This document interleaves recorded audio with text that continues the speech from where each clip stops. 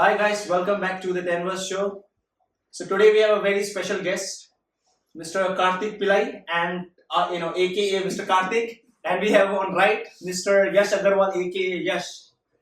So I want to first start with stating that it's like a conversation. It's not like an interview, right? So if you have any question, you can ask me. I have a question, I'll ask you, right? So if I ask you, right, anyone could answer, and if you ask, anyone could answer, right? Yeah, that's the rule.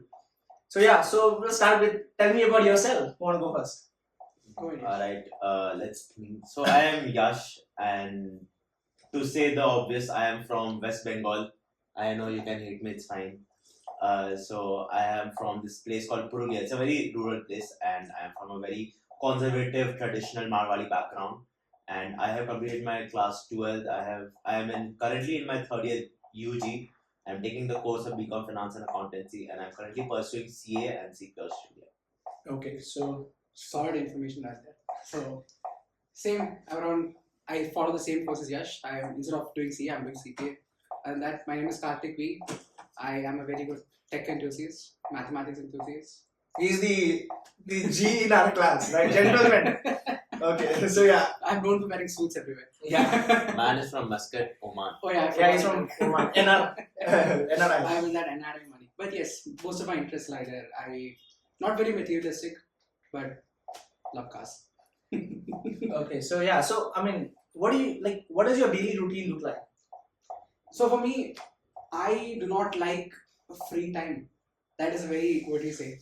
I do not like to be free. So I try to pack my entire life. So once college is around 12, I need around 4 hours to sleep. I sleep during then. Sometimes till 8 p.m. After Okay, that, so like tomorrow it's a holiday, right? So what do you do in a holiday? I sit in my house and Like, I mean, are you an early person or like a late night person? I can be both. That is the funny. I have no, what do you say? I have no opinion on that. You call me at 4 a.m., you tell me you have to do something, sure, we do it at 4 a.m. You want it at 12 p.m., sure, go ahead 12 p.m. Okay, so let's take an example. Okay, tomorrow, so like you'll wake up at normally what time do you wake up at holidays during holidays? On holidays, because of this lifestyle that I followed, that normally I sleep in the afternoon and I don't sleep at night, my entire schedule goes here and there. Okay, yeah. So I understand. my weekends are for fixing that. I sleep at the night, wake up in the morning, and then in the morning I deal with all of my, what do you say, whatever is left from the week. And after that, what do you do, man? Like Saturday. I mean, see, the thing is that I don't go out. So I feel like for the past 2 years, 3 years I've been here, I've gone out, you can count on your fingers probably 10, 15 times. That's all I've gone out. So mostly I like to study. That's all I do. You like reading? Reading, you could say, but I'm not a visual learner. So I watch videos about stuff. I research stuff, many things. So that's why I have, you can see his reaction there. I have a wide, what do you say, spectrum of subjects and knowledge in that you could ask. Go ahead. Okay. I saw a question there that what is your opinion on philosophy? Go ahead. Yeah, we'll do it. We'll come. So yeah, Mr. Yash, what do you do? Okay, so for me particularly, I have a very dynamic routine. I do not have a set rule that I put in my everyday. I mean, obviously it's morning, wake up, you have to come to college, you could be here till 12. But after that, I have free time. I have, let's say, 12 hours of free time after that. What do? I try to constitute that I can go to the gym. I socialize a bit. I socialize around 2 to 3 hours. That is a lot, I agree. But again, I am in college and I am giving myself this free time, I Work-life guess. balance, yeah. Yeah, I'm giving myself this free time. And at the rest of times, I like to study psychology, finance, and read a lot, actually. Philosophy. Read a lot of philosophy and understanding the world better currently. Because I would say I'm a person who is still building his understanding of reality. I know it's general. reality. Reality. Okay, reality. General understanding of reality of my own. And it is very interesting when you are 21 and you have enough knowledge and you have the idea of research in you. It's an endless loophole. It's an endless rabbit hole that you can get into. And I guess I'm getting stuck into that. It is very unfortunate. But let's see what happens. I mean, as we go through this podcast, I feel like we'll see what the ideologies will form. It's very interesting, I feel like. Yeah, it's actually, I'll tell you, okay. It's in this one, okay. When I was in class 10, after class 10, right? So 11, during 11, mid 11, right? So lockdown happened, right? So we can't go out. So I'll tell you, okay. It's been almost like a 1 year straight, okay. I'm just like consuming, videos, right? Video, like a podcast, video, all of that thing in online. Okay? I don't go out also. So now after that, I was like, oh my god, it's actually very interesting if you're a podcaster, right? Especially if you're a big podcaster, you can invite a lot of people, right, who have a domain expertise on all the subjects. And if you go and talk to them, okay, you'll be able to understand faster. Otherwise, if you go and read, right, do research, there's a friction at how fast you can read. Yeah. I think if you talk, right, you just like learn things faster. It's actually very interesting, right? It is. I mean, even we feel like we face that today as well. While we are doing our research, we started with the first part of our research, and there's already a roadblock there. So instead of when you look at complex themes such like this, the content that you have to consume to understand is very huge. The volume of that is very huge. If you take, for example, our problem was it's called auto-regressive integrated with Moving average. moving average. It's called ARIMA model.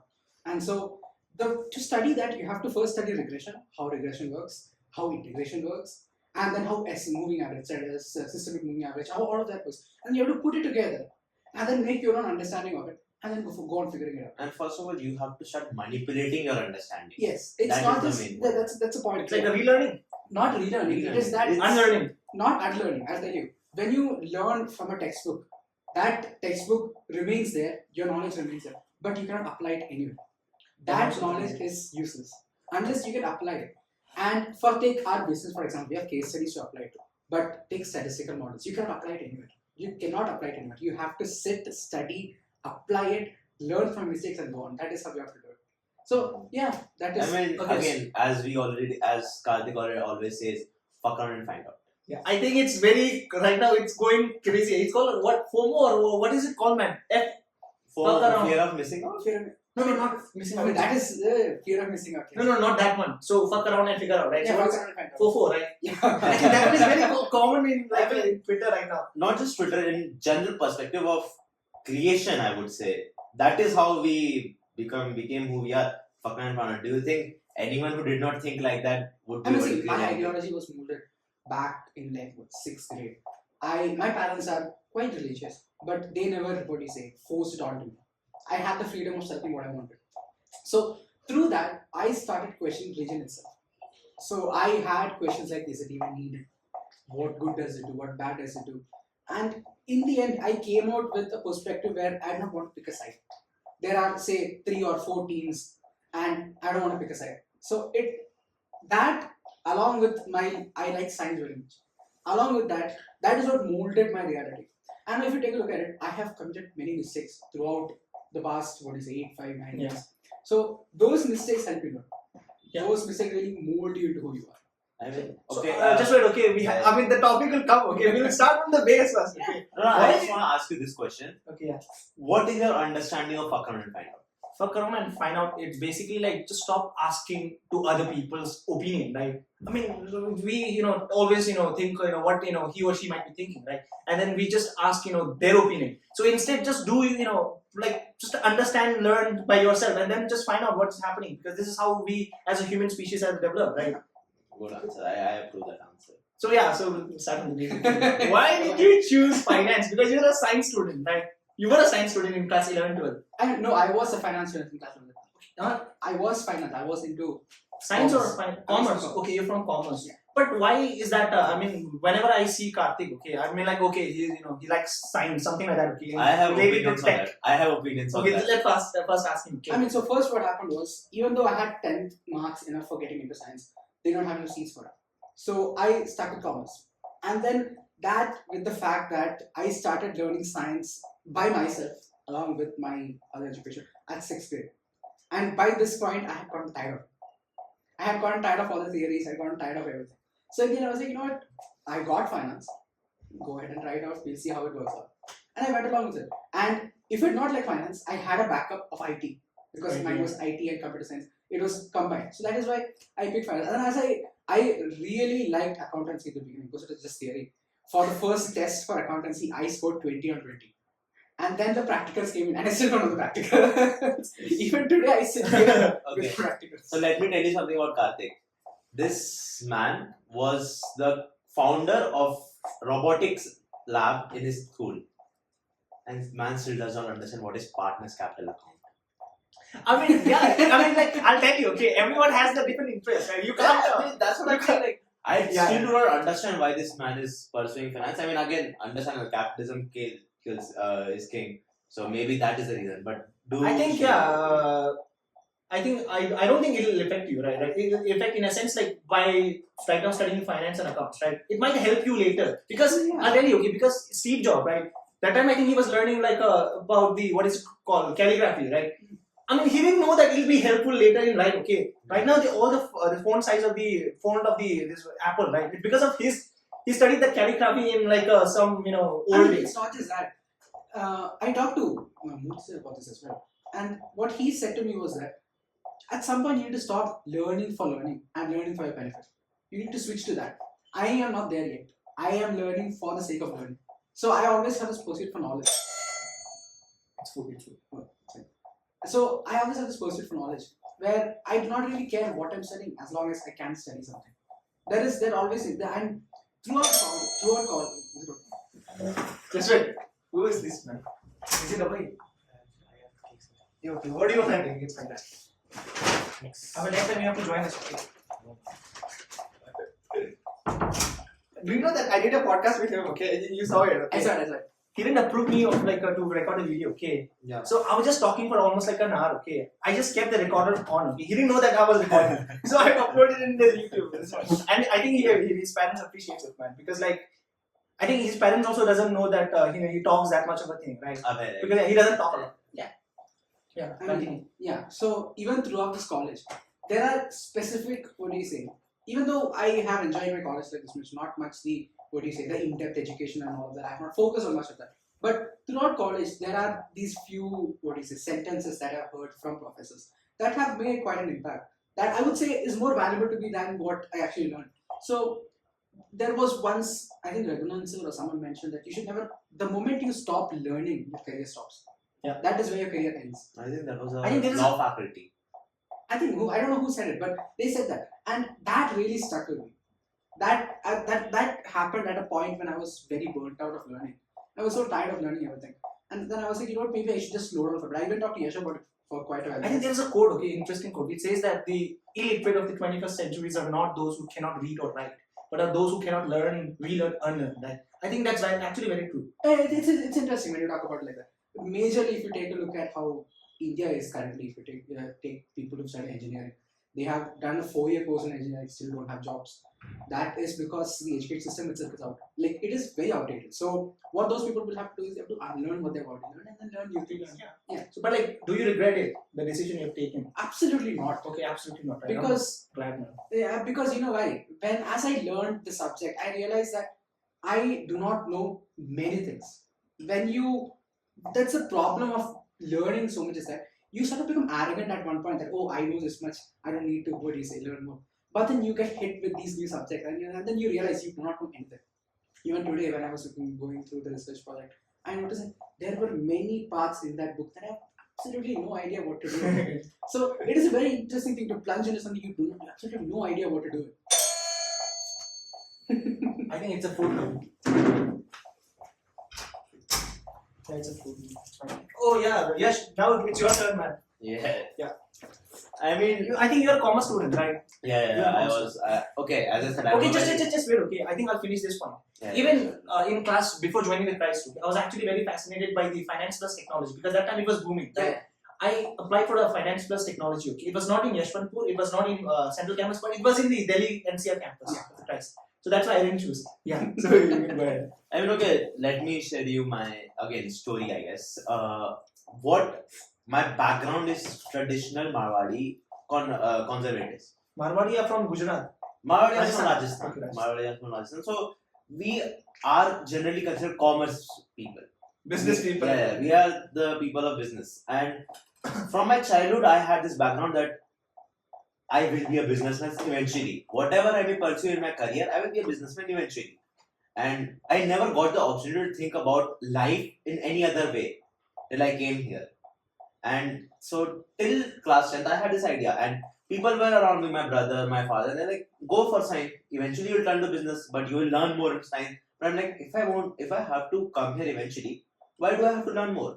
Again, my idea of life there was simply that I have to come back to business. I did not have the ideology of person who wants to learn. And that restricted me a lot. And in class 11th and 12th, I pursued my commerce. I still pursue commerce. But again, subject that I loved the most was mathematics because it has patterns and it attracts me, the patterns. Yeah, I think it's actually interesting because you like maths, right? You're also a chess player. So yeah, you can see the pattern in chess also. Exactly. Pattern recognition, completely cognitive ability. Yeah. And then I came here. And I'll be honest, I found this guy. This man introduced me to science again, I would say.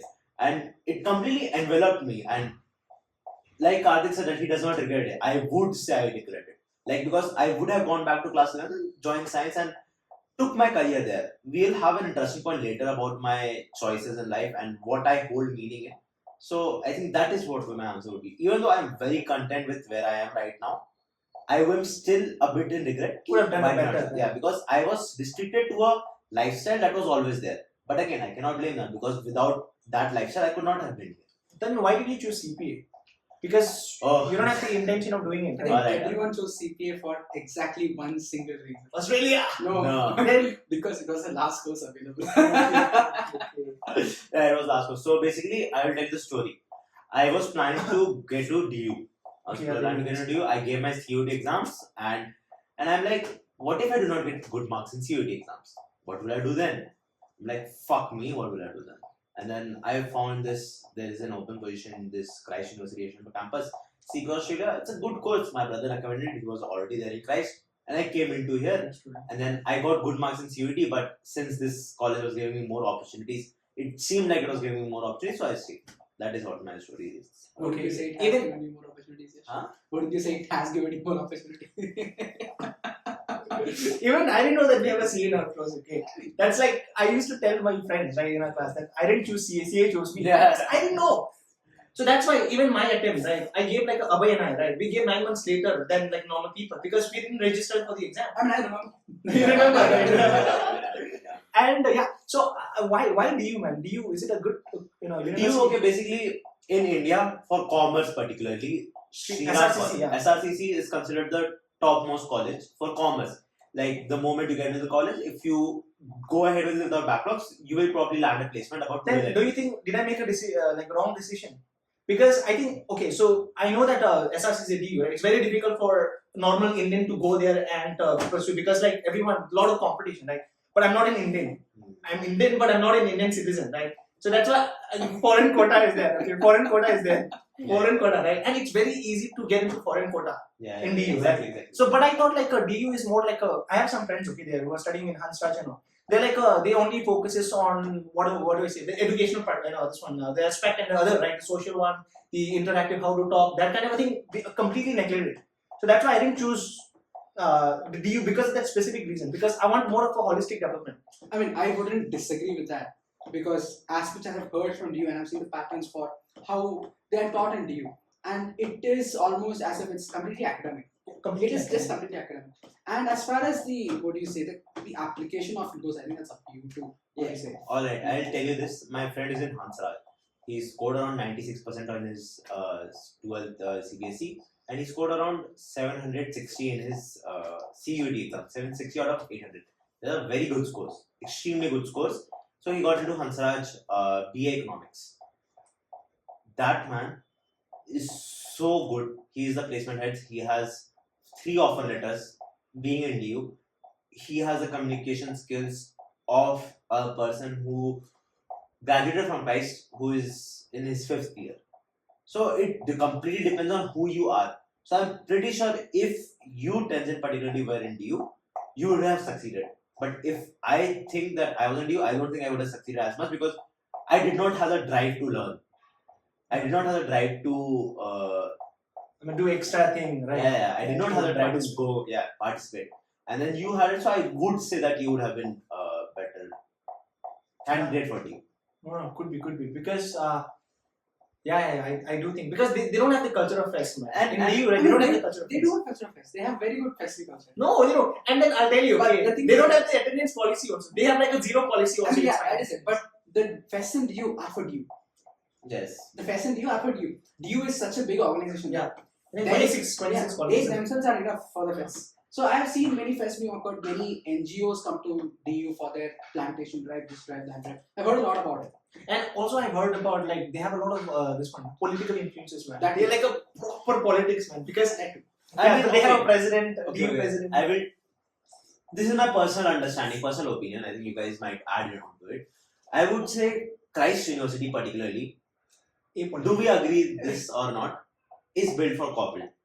Corporate, I think yeah, corporate slaves, yeah. Very much. Tie, formals. Yeah. So and DU is not for that. DU is want you to build your own character by yourself. It does not direct you. It makes you simply go out there and realize your own potential yourself. If you are a drug addict, you will become a drug addict. If you are a fucking influential person, you will become an influential person. If you are a hardworking, you will become a hardworking person. That is what DU does to you. I mean, that is and that does not mean you can regret coming here, because eventually Christ has a lot of benefits. You get the discipline after coming. I do not fucking think I would have 40%. I mean, yeah, if you take a look at it this way, if any of us have woken up at what, 4 5 a.m., normally after 10 Yeah, that's the whole point. So each place has its own benefit, but again, depends on who you are and what you are as a person. Kind of a person. Yeah. I mean, And eventually, whatever happens, wherever you are, you can build upon yourself. I have That this is- policy in life, that is, do whatever you want to do, but do not do it with regret. You know, the moment you start regretting things in life is where you sort of fail at life itself. Yeah. There, you will have positions where you're at where you would want to regret, but the challenge in life is that fine, regret happens, stuff happens, but then how can you make the most out of what's currently happening? That is what a more shift to focus would be. Let me get on to that point. So I said that I had a regret of not joining a science course Yeah. previously. Like, so I had this thought a day before yesterday. You know what I thought day before yesterday? What if I fucking leave college? What if I drop out college day before yesterday? What's the worst that could happen? And I'm thinking about it, I thought about this for like around 2 hours. Just thinking about it, like, what are the processes I can do? And I'm like, yeah, I can do it. Who is stopping me? I mean, again, I am very lucky that way that I have the financial background to support that decision. But then I simply thought, I have given my 2.5 years for this college. Now we're Let's- almost in the finish line. Yeah, just complete the finish line and then do what the fuck you want. Yeah. I mean, you At can, least you have a degree, right? yeah, you can have your own freedom. So again, the idea of post-modernity comes here. In modernity, we discussed how we have more order and less freedom. But in post-modernity, we want to discuss how there is more freedom and less order. Now, we need to find a critical balance, I would say, in this reality. And that is what I was discussing, thinking for those 3 hours.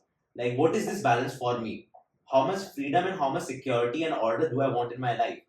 Freedom would be, subjecting to freedom would be giving up completely on this course that I'm doing, which I do not particularly like, and giving up all security that I have of this course, as you just mentioned. And complete security would be complete this course, go to a finance background, just start grasping all the consultancy and understanding I can, see people, learn to talk, become a salesperson, start going around and finding my own shit. That would have been a very secure world. But again, I need to find a balance. So that is why I guess I am kind of balancing out after. I am still pursuing finance because it has a lot of interest personally for me. And that is in a way security for me. And freedom, I will want to get into more mathematical aspects of life. Okay, so I want to ask you next question, right? Okay, should I ask you? Okay, so what kind of a person were you in your school days? Introverted, extroverted, intelligent, I'll tell you how average? introverted I am. For peer interaction in class 1, I got an D. That is Most of the science students. Science students' problem. I was not interactive whatsoever, and I was a pretty good student in terms of marks and whatnot.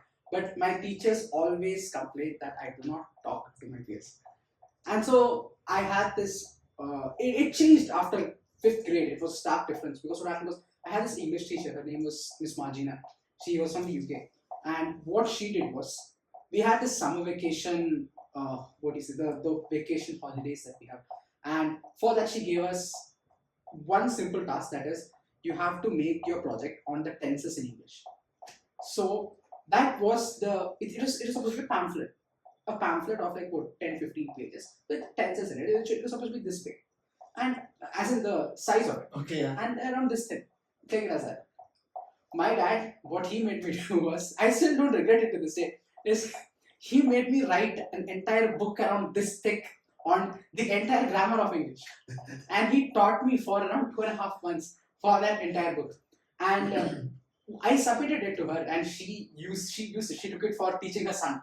So after that, she recommended me to the prefect for 5th grade. Prefect is as in the class. Class monitor. Yes. After that, everything was fine. After that, that is when I started to grow my intellectual parts. Interpersonal skill also, right? Yeah, even I was till class 9, 10, right? I wasn't like a very open. Open in a sense, yeah, I was open, but not, I don't talk a lot, okay? In class 11, 12, okay, I used to talk a lot, okay? I'll tell you, okay? We have a warden, right, in our hostel.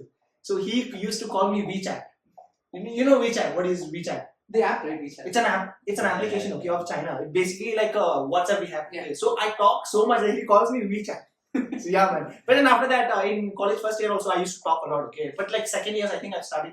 I mean, if you take a look at the high school me and the me that entered college, very different. Even I think Yash knows how I was in first, and it's very different what you see. I think even after USSC, after first semester, there was a very stark difference from me in first semester and me after first semester. Yeah.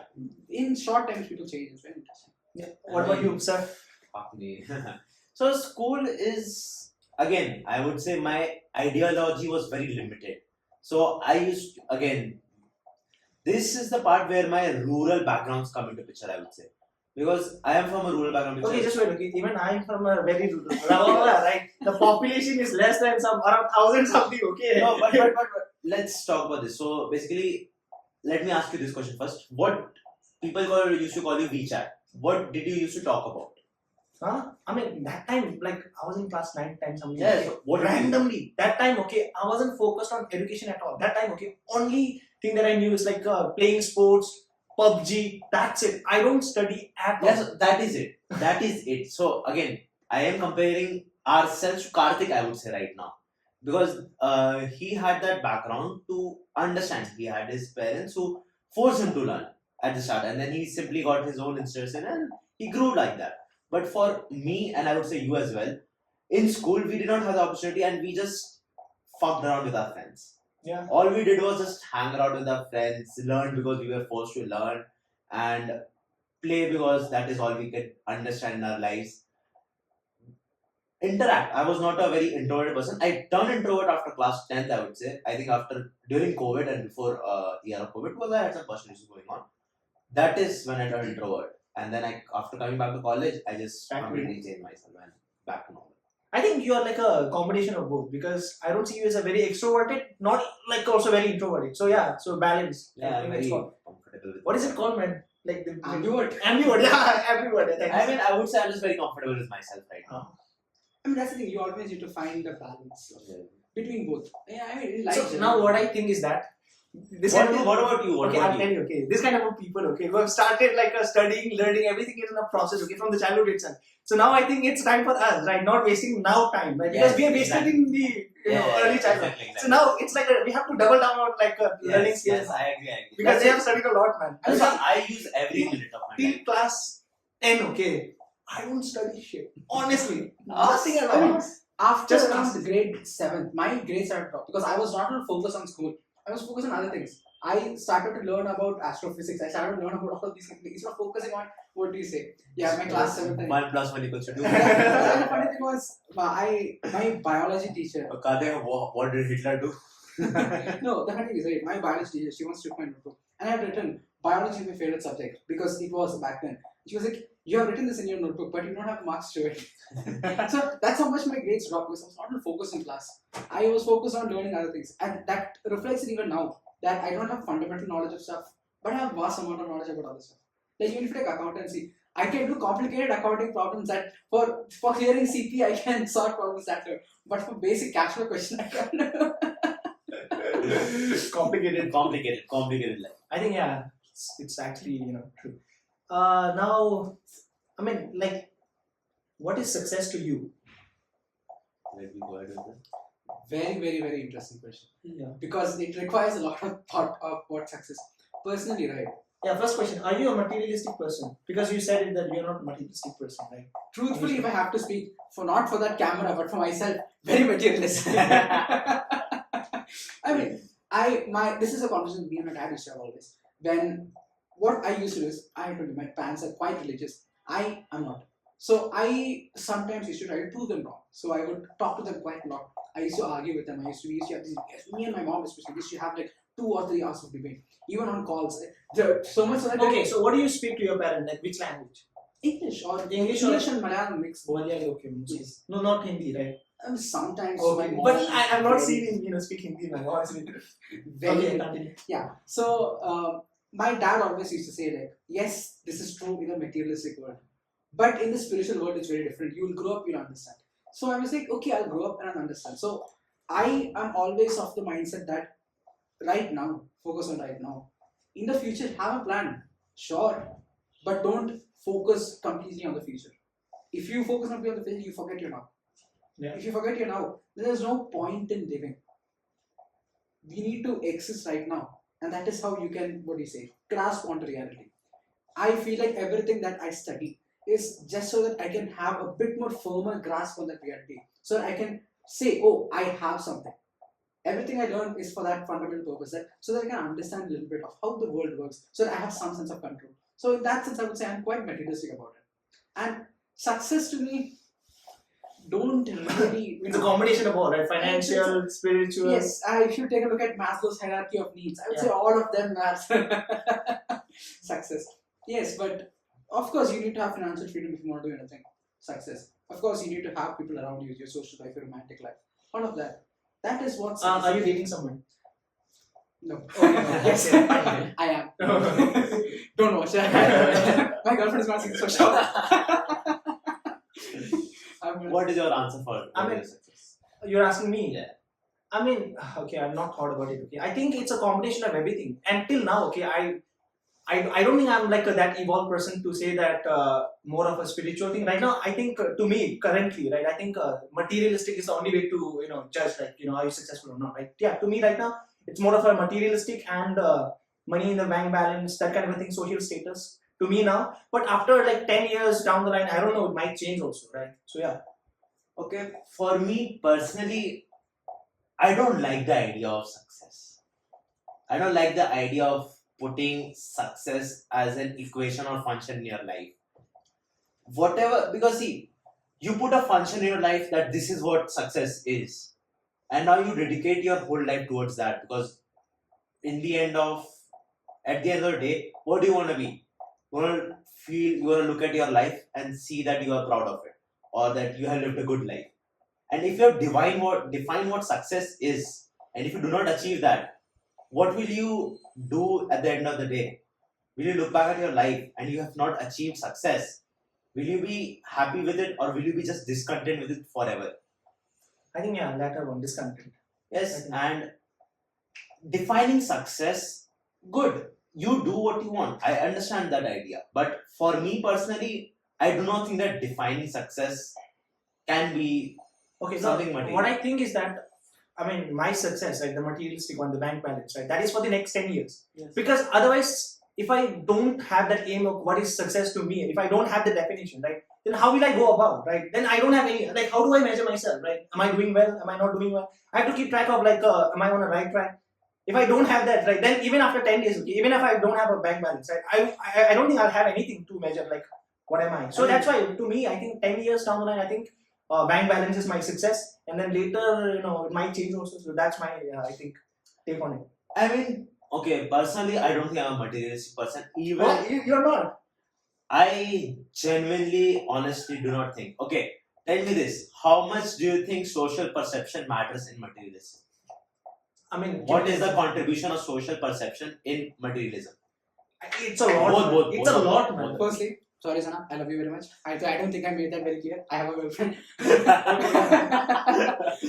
Clear it up. Yes, I'm clearing that up. It's Valentine's Day, Karthik. Hey, yeah, it's a Valentine's special today, man. But yes, moving on to the materialistic point of view.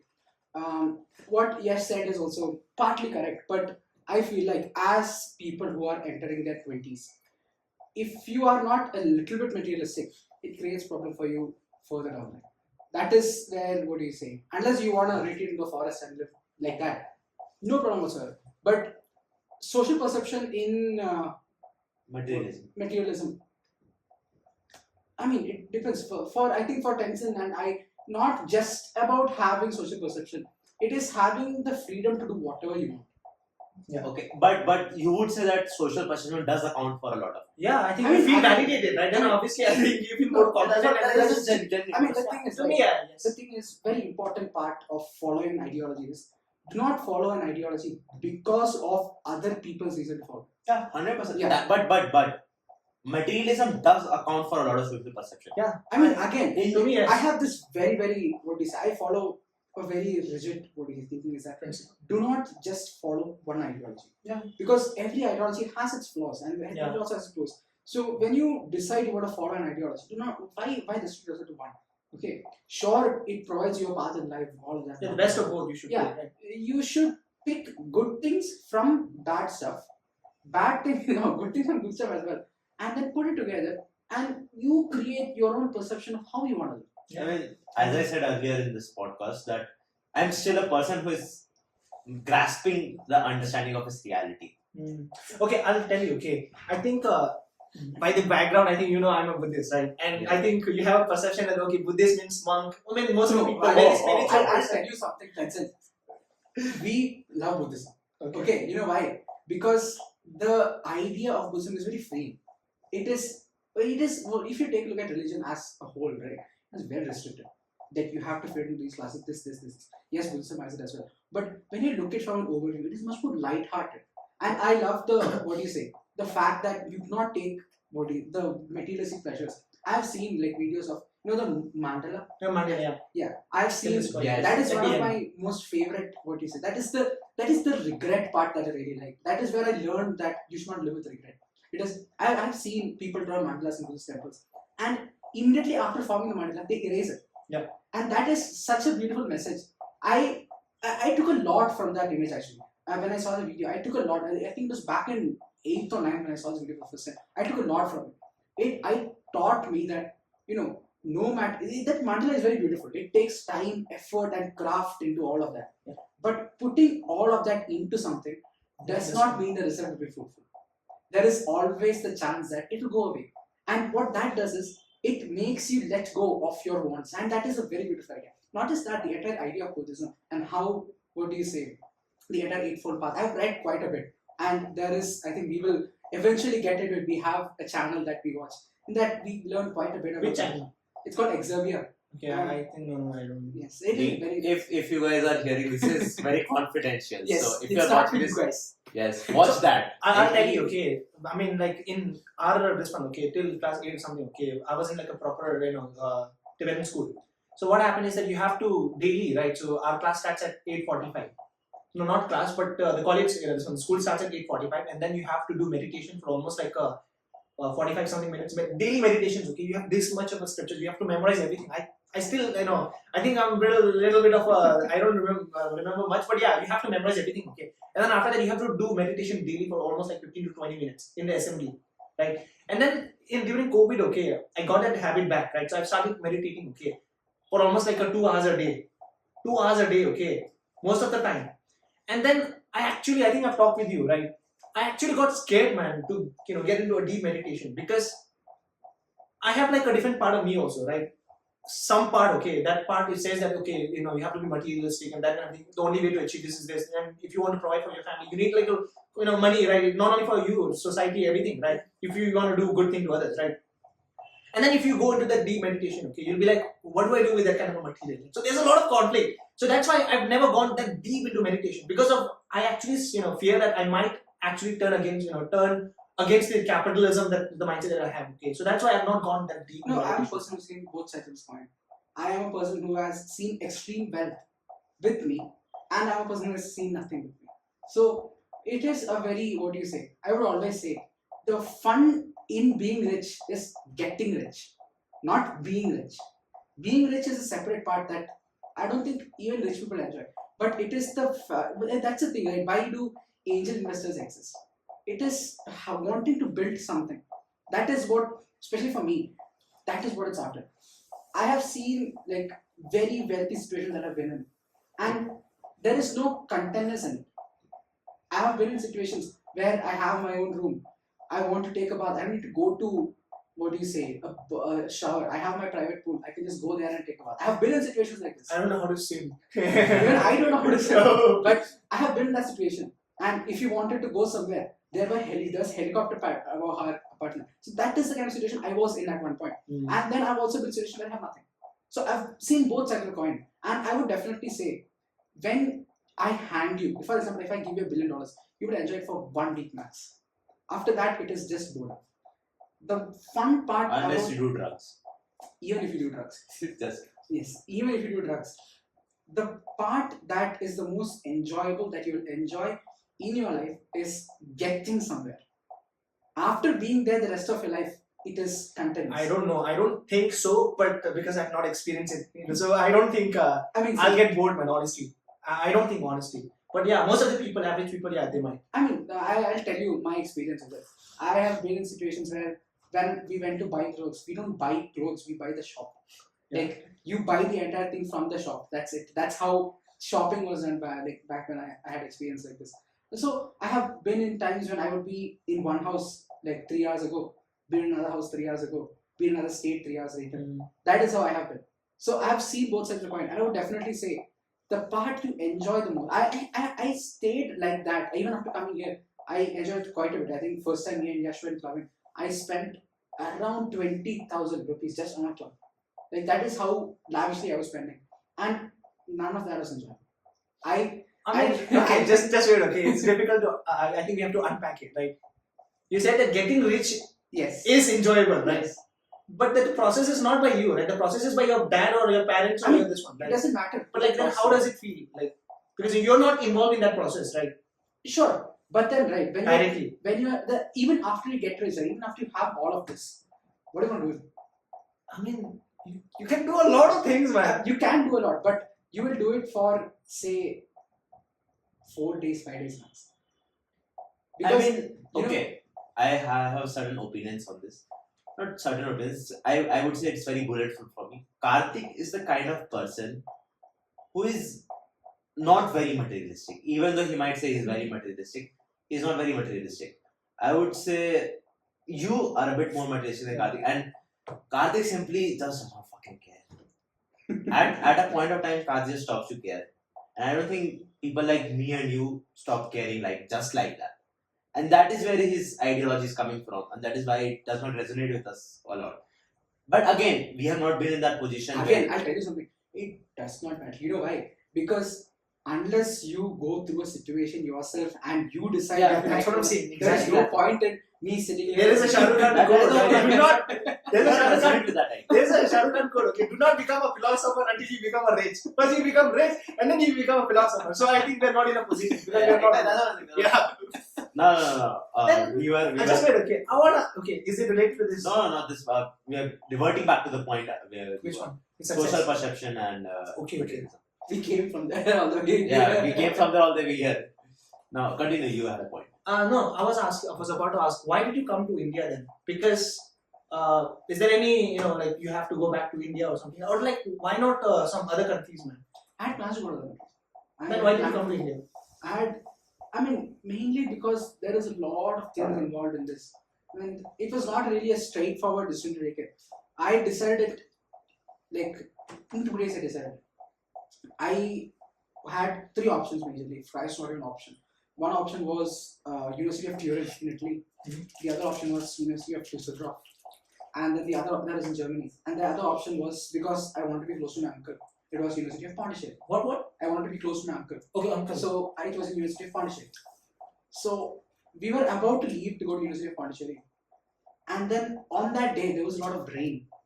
And the road was blocked. Oh, The road to Pondicherry was blocked. So my uncle was like, give it another thought if you want something else. I was like, I know a CA. Talk to him. Figure it out. I talked to him and he was like, go to Christ. It's a very good course. That's how I did. It was a very, very, very split second decision that I made. Was not even in consideration. that's how rich people make decisions, man. My Christ was like a nightmare, man, for The me. one that did first semester me, hearing this and him spending fucking 20,000 in a club and not enjoying. And I still know that you went to Mumbai and then you met one. That is fun. Yash not believe any of this. He was sitting in the room. Commissioner of Mumbai.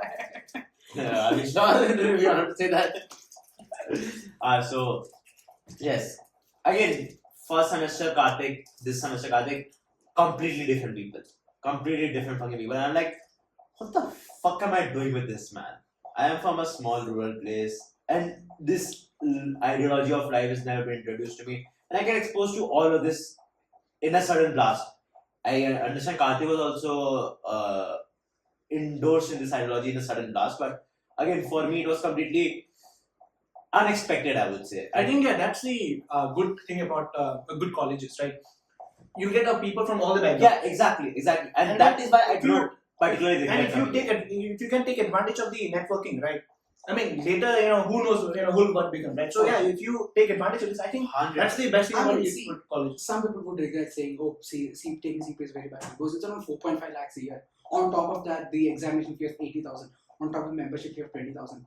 Every year you have to pay all of this amount of money. But the connections we have gotten through that is just peak. Like the amount of exposure you get just from being there. I think I've told this story to you. When we went to Mumbai, a random guy walked up to me and then we started talking about CP and how it was introduced and all that.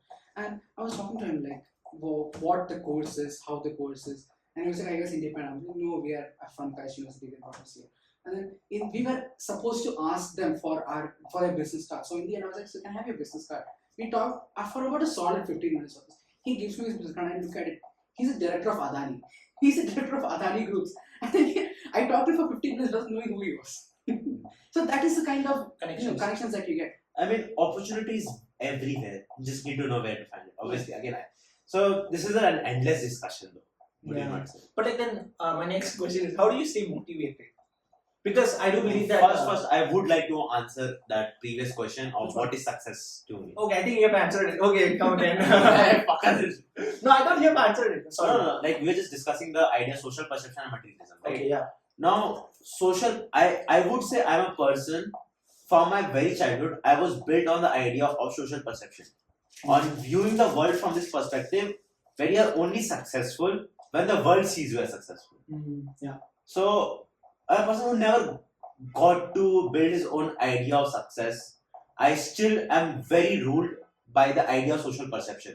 I see someone not vibrating with my idea, I try to convert them to my idea. Because I am wired that way. Even though I am currently trying to reduce that, I think I have had a lot of success in that. But still, my idea of success is a lot built on social perception. And that is why I do not like the idea of success. Because I realize that it is based on social perception. Okay, yeah. So, like, what motivates you now? Learning about any abstract understanding. Any ambiguity, any fact, anything. And something that I love about science and understanding reality is that you do not have to find a meaning. Finding facts is your meaning. Finding this pattern is your meaning. Finding a solution to a problem is your meaning. And that gives a very comfortable lie that you can tell yourself to live. And what we are doing currently is something very meaningless. Like in grand scheme of conversation or like in our existence. Would you not say? Like this is taken into philosophy now. I am trying to change this idea into philosophy because you asked me about motivation. Yeah. Now think about existence and grand scheme of things. Would you not say nihilism is the most rational you can be? No, I think I'm just kidding. Okay, I think hedonism looks good to me, man. The purpose of life is to get the pleasure. Okay. Not the nihilist, like they don't like. There's no purpose in life, right? But what is the purpose of pleasure? Like, what do you do with this pleasure that we receive? I mean, you're enjoying, right? And like, what do you think? Like this one, nihilism. Like it says that the ideology is that in life there's no purpose at all, right? At the end of time, there's no purpose. There is no purpose at all. Yeah, but like if you combine this with the hedonism, right? Let's enjoy, and then at the end there's no purpose. But would you say that not enjoying is does not add anything to your life? Do you mean that having sad emotions, having that spectrum, the idea of spectrum? I want to ask you. Do you think that that does not add anything to you if you The feeling of sad. feeling of sadness? I think it does. Yeah, if you want to become a mature person, like evolved person, then I think all sort of things, like the good, bad, everything adds to it. Like Yeah. but like if you're going to the fact that there's no purpose in one's life, right, then I think I would rather go with the pleasure thing. Yeah, see, now that is what you would prefer. Yeah. But eventually, do you not reconcile with this idea ki whatever the fuck I may do in this life, I am not impacting any fucking shit ever? Because see, meaning okay, I will take I want you to be in a history, right? I will take you there. To be very honest, this is my like a life's goal, man. I just want to be like Alexander the Great, that kind of people. Let me take you there. Think about Alexander the Great. Yeah. He conquered Europe. He conquered a lot of South Asia, some yeah, kind of he Asia. conquered a lot of he conquered a lot of world areas. Yeah. Conquered a lot of world areas. Do you think a star billions of kilometers away even knows about its existence, not even cares or anything, even knows about it? No. And in grand scheme of things, you might say there's a God. Then this is a question that I tell Karthik very easily, and he's like, yeah, you can just go there and give up. Then I think that is, you see from that point of view, No, then nothing really matters. But that's what I'm saying. And you have to see from that. That's what I'm saying. That's what I'm trying to convey. So, in this perception that nihilism works, when you think about life in such a way, nihilism does work. Yeah, I think to some extent I agree. So currently, what motivates me is just absurdism. Again, honestly, fuck. But like then how do you stay motivated? Like that's what a I'm saying. Absurdism. Absurdism. Albert Camus, my goat. This man in 1940s, 30s, he came up with this idea. He was a nihilist. He was a core nihilist, but he was like, I need to have meaning in my world. I need to find motivation to live. What he did was, he said, okay, fine. Nihilism is fine. Nihilism is correct. I understand. I am a nihilist. But even after being a nihilist, I will still fucking dance. Yeah. I will still fucking dance. Enjoy, dance. Enjoy, feel. Whatever I can do, I will do simply because I will do. Yeah. There is no reason to my motivation. I am just doing it because I am doing it. I can do it and I will do it. Right? That's just that. And I would say that is what motivates. The father of nihilism is this one, like Friedrich Nietzsche, right? You see, he has a quote, okay. I think he says that there is no better purpose in life. There is no better purpose in life than to. Okay, so it's like there is no better purpose in life than to achieve the impossible and greatness. So just wait, I think. No, I know. I think it is. It is a failure of a man to die without knowing the absolute peak. No, it's like this one, okay. I know of no better life's purpose than to perish attempting the impossible and greatness. And the fact that something seems impossible should not be the reason not to pursue it. That's exactly what makes it, worth pursuing. Right? Again, beautiful idea. I mean, again, it comes down to what kind of person you are. For many people, being nihilistic is not at all worth it, because a solution to nihilism is refusing to play the game. That is to commit suicide. If you are a person who is very depressed, nihilism is absolutely not the way for you. You should go with something like absurdism. So again, it depends. It boils down to what kind of complexion you have, what kind of outlook on life you have. Me, for example, I have a very complicated outlook on life, where I am fine with whatever happens right now, as long as I can protect myself in the future. That is the kind of the ideology that I've come up with. That right now I can toil as hard as I want. I'll work as hard as I want. I'll even after burning out, I'll continue to work, as long as I can protect a future that I want to protect. So that is the kind. For me, if you take a look at an example, nihilism is perfect for me, because assuming that the worst will happen only makes me more motivated to make sure that the worst doesn't happen. For a person who assumes this, for example, I keep wanting a Lamborghini as my future. Take that as an example. I am working towards that goal. No matter how many obstacles I face in life, I would have already assumed the worst. For example, right now, my thought that I have in my back of my mind is, what if I don't graduate? So I prepare myself for that. I prepare myself what to do next, how to plan next, and then I go on with life. So in the end, the outcome will always be better than what I pursue. Yeah, it's like this one, right? I think I remember this one. Most of the people like, what if I fail? Yes. What if you fly, man? I mean, yeah. Yeah. In the process of trying to fail, you might fly. Yeah. Yes. So it depends upon the kind of outlook you have in life. For example, when who was it? The person who invented the light bulb. Thomas Edison. Thomas Edison. Thomas Alva Edison. We'll go with Edison because he is the one who is majorly given credit for it. Even though people say he's not Tesla. But when he was asked about the 100 ways in which he failed, normally people see that I failed 100 times. He said it's the 99 ways of how to not make a life. Yeah. So that is the kind of outlook that it depends upon what kind of person you are. I naturally am a very pessimistic person. I assume the worst. So for me, nihilism is perfect. For him, he is a person who is a person who wants balance in life. For him, it is better to have something like absurdism, where it doesn't matter as long as that balance exists. And for absurdism, there's a very, very, very good quote that I've heard is, now, knowing that you live in a simulation and still waking up to watch the dishes. That you know that what you are going to do in the end doesn't matter. But still you wake up, you do things in life. That is the outlook that he has in life.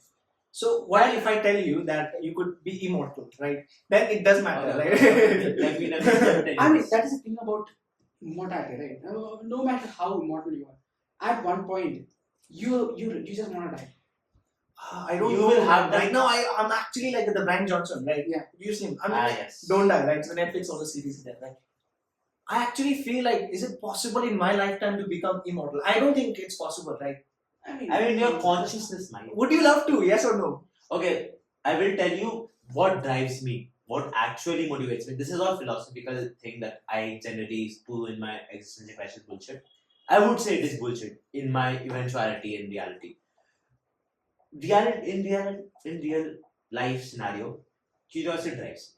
Curiosity is what motivates me. Mm. No, wanting to learn, wanting to understand new things. Because again, there's a very beautiful quote in this movie called Before Sunrise.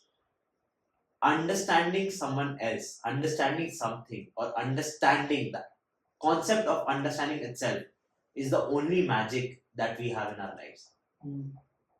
And if you stop doing that, you do not have any magic. You are just completely going around and around in this circle of this. And another thing, we are just universal experiencing itself. Yeah, I'll not kid, okay? I think this one take is very immature, right?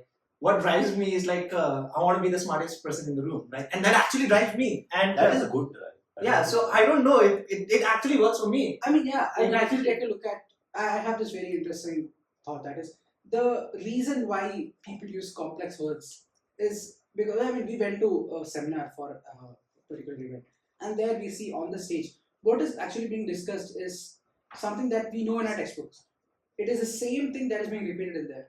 But the words that they use is very complex. So that sort of, that want to use these complex words, it comes from that drive that you want to be the smartest person.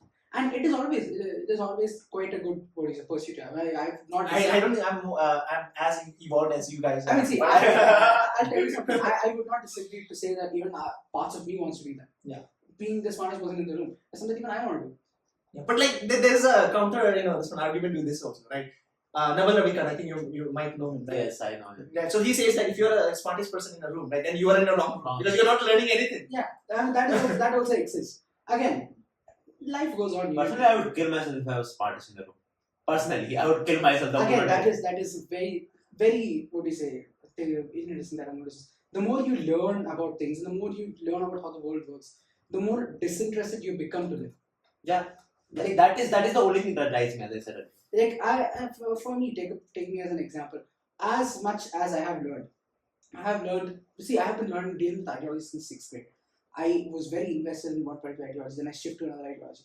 Went through many ideologies, and as you learn more and more, and as you live more and more, you find, like on social media, people doing this, people talking about stuff.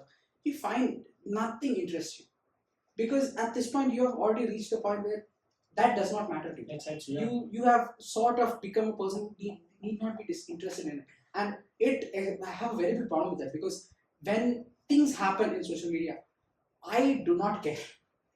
I did not care. I even today morning I talked to Yash about many, like we were talking about something. Like, why do people care so much about what people are saying in social media? It does not matter. It does not affect your life. It does not affect anyone's life. Live your life. Learn outcomes through your life. That's how we go on with life. And that is, I think Thanos put it very precisely in, I think, which one was that? I think Infinity War or Endgame, where he said, "You're not the only one cursed with knowledge." And that is a very, even that line impacted me a lot. That how can knowledge be a curse? That is, if you know how the world works, you know how systems happen, you know why things happen, you dive into it, the more disinterested you become to learn more and more things. And that in turn causes a cycle in which you end up being very miserable. I'll tell you, I have gone almost 1.5 months with no human contact. It is just me in my room, going outside to get food and come back into my room. I was in that room for 1.5 months and I did not go scared crazy. that this man would kill himself and I would not find him. Even like last Christmas, okay, I was in my room. Abhay went back to home, right? Even I was like alone. But yeah, I used to go to gym. That's it. Apart from that, no. Even I I don't. did not leave my room. Only thing I used to go out for bathroom and I used to get food. That's it.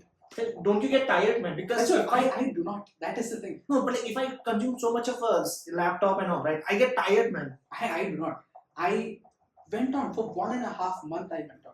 So like, do you appreciate that? What you have done, or like you feel like okay, I should have done it better? Because if That you is want the to, thing. That is the thing. At one point, it does not matter. You reach a point where it does not matter what you do. You learn more knowledge. Now you're more knowledgeable about that, but it does not matter. Like, it is a point of diminishing return where you become more unhappy with yourself as you learn more and more. Yeah. And that drive to learn more and more goes. The drive to live more and more goes. And that spark slowly starts to fade out. yeah, actually, that's the main problem, right? When that happens, because I'm so you're still happy- like a 20, around 20. Yeah, right? I'm so And glad my then- friends were around at that point because by this last November, I was disinterested in everything. Does not matter. I don't want to go out to restaurant. I don't want to go out to watch movies. Nothing. I just sit at my room. That's it. And Are you happy about it, or do you want to change it? I did change it. Okay, so The person that was okay, that is like in first year, is it? second year. Second year. Yeah, second year I was just focused on these kind of things. And then my friends came around. They were like, let's do this, let's do that. They put spontaneous plan after spontaneous plan. They took me out here, they took me out there. And in the end, I started appreciating going out. I started appreciating. So that's how you sometimes have to take a break from all Yeah, this. yeah. I think yeah, it's like life is a marathon, right? Even I've tried doing that. Okay, it's like a crazy burns you, right? And then after that, I mean, you have to take again rest, right? So it's better if you balance it out from the beginning itself. So balancing it out, I think yeah, it's like work life. It's not even a work life balance, right? So you work, you go. Balance it doesn't mean that you have to go and chill, right? You just go to gym also. Even that is like a balancing out, right? Getting back to your previous question when you asked, what would you do if you were immortal? I mean, immortal. Honestly, I asked this question to you. What would you do if you were immortal? I would observe everything. I want to see my grandkids, Yes. and I want to. I mean, actually, I want to see like the entire how it it's evolving.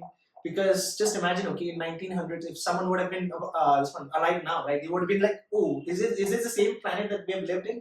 So yeah. But do you think... But I've not thought like that, properly. Okay. What if So I for the past 5 minutes, I was thinking about this.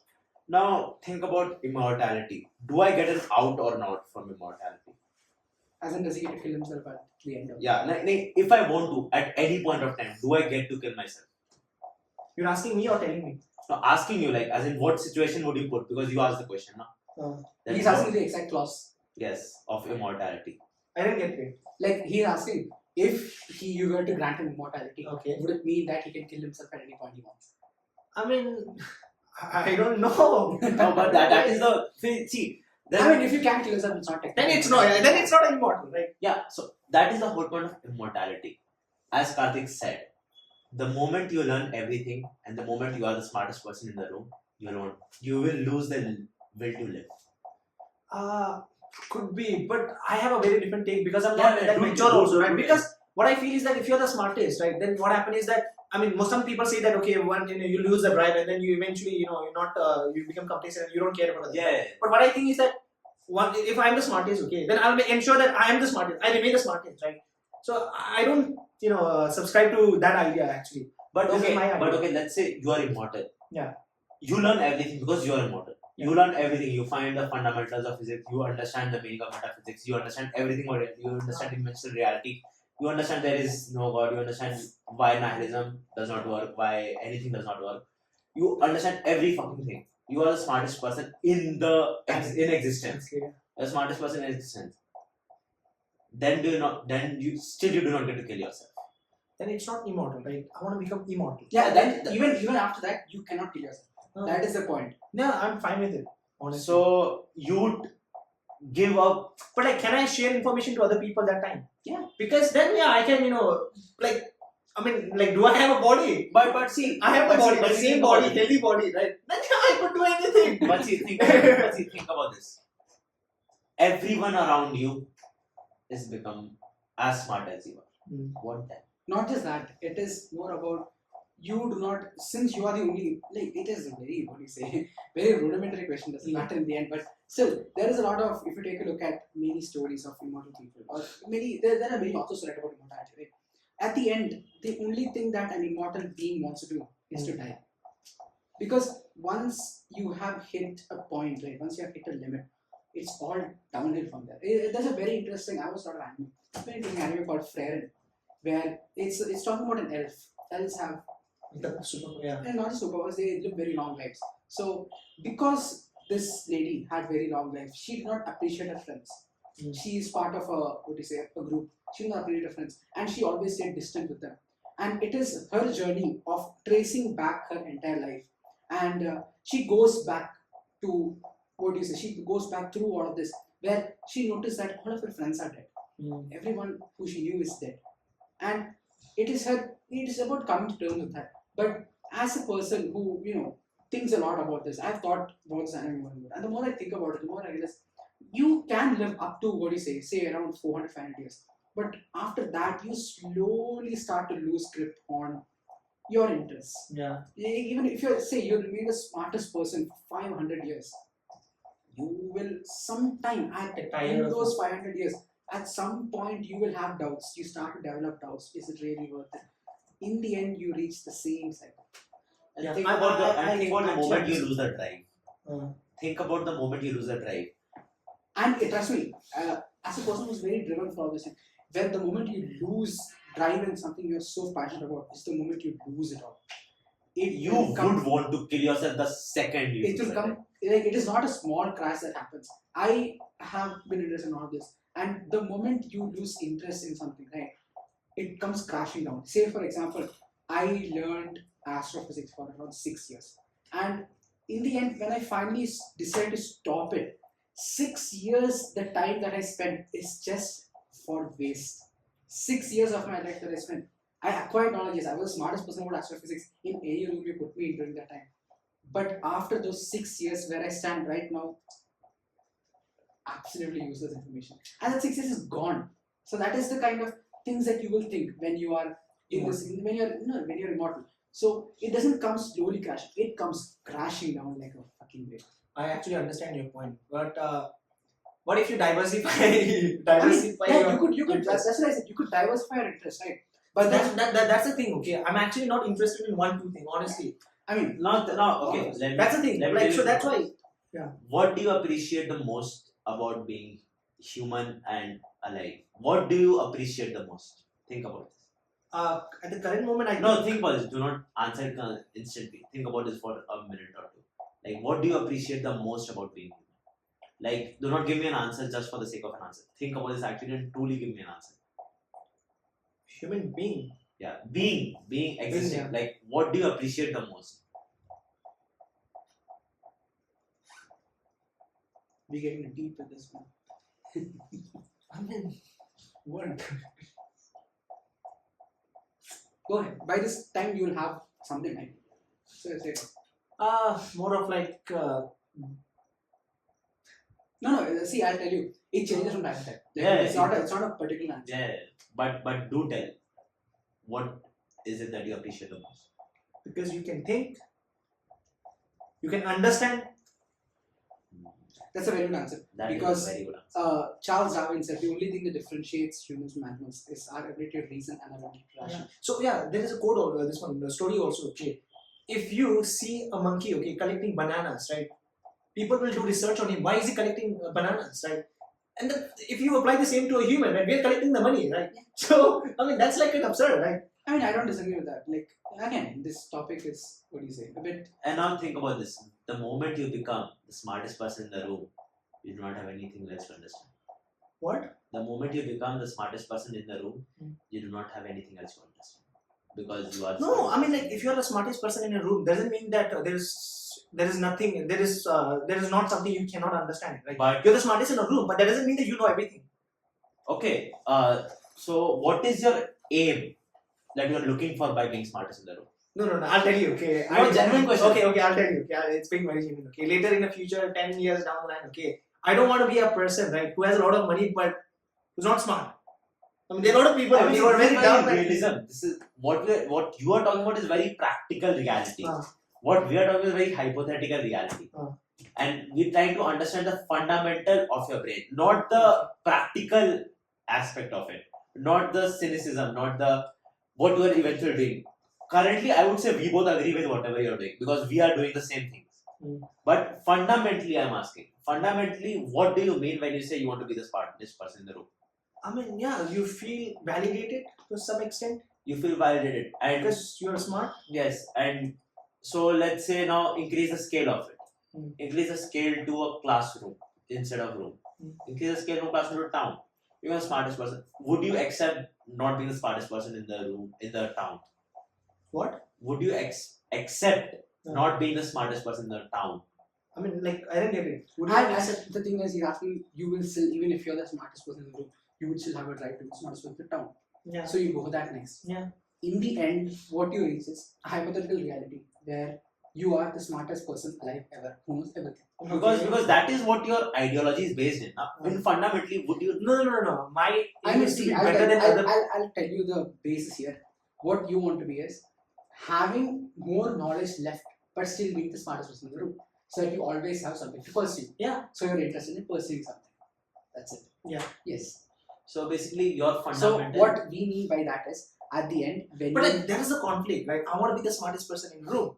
But when I hear that, the other opinion that if you're the smartest person in the room, then you're in a wrong room, right? Yes. That actually contracts, right? It's Yeah, like, it's but- contradictory. the thing is that is the realistic take on it.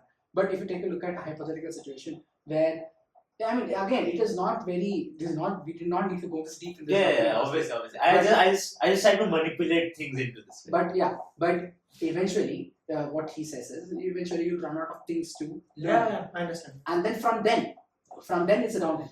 Yeah. Because you don't have anything else left. But your assumption on this, But it's not possible, right? I mean, yeah, that's what I'm getting to. Your assumption is on this ideology is based on the fact that there'll always be something. yeah. Yeah, that's it. There is nothing else in this. There's nothing. He's just trying Do to you have anything else about these topics that you wanna ask? Or- No, we'll get to it. I mean, like, we have I think That's right. I have like a lot of questions. Yeah, Yeah, that's it. That's why I said we'll go on this. This is nice. I approve. Very Yeah. fun. Very fun. So, do you have any personal goal, man? Personal or a professional or any goal that you have currently? I mean, yes, obviously. If in terms of personal goal, I want to get on with life, to get a job. Mm. I want to try out life for a while, like living for a while. Mm. Because for us, like, for example, we have always been tethered to our parents. Yeah. Our parents always give us money, and that's how we live. So I want to break that tether for a bit and live by myself for a bit and see how life runs on. That's in terms of personal. Professional, I have CPA left. After CPA, I want to pick up something else, like maybe ECC. I haven't decided that yet. I want to pick something up.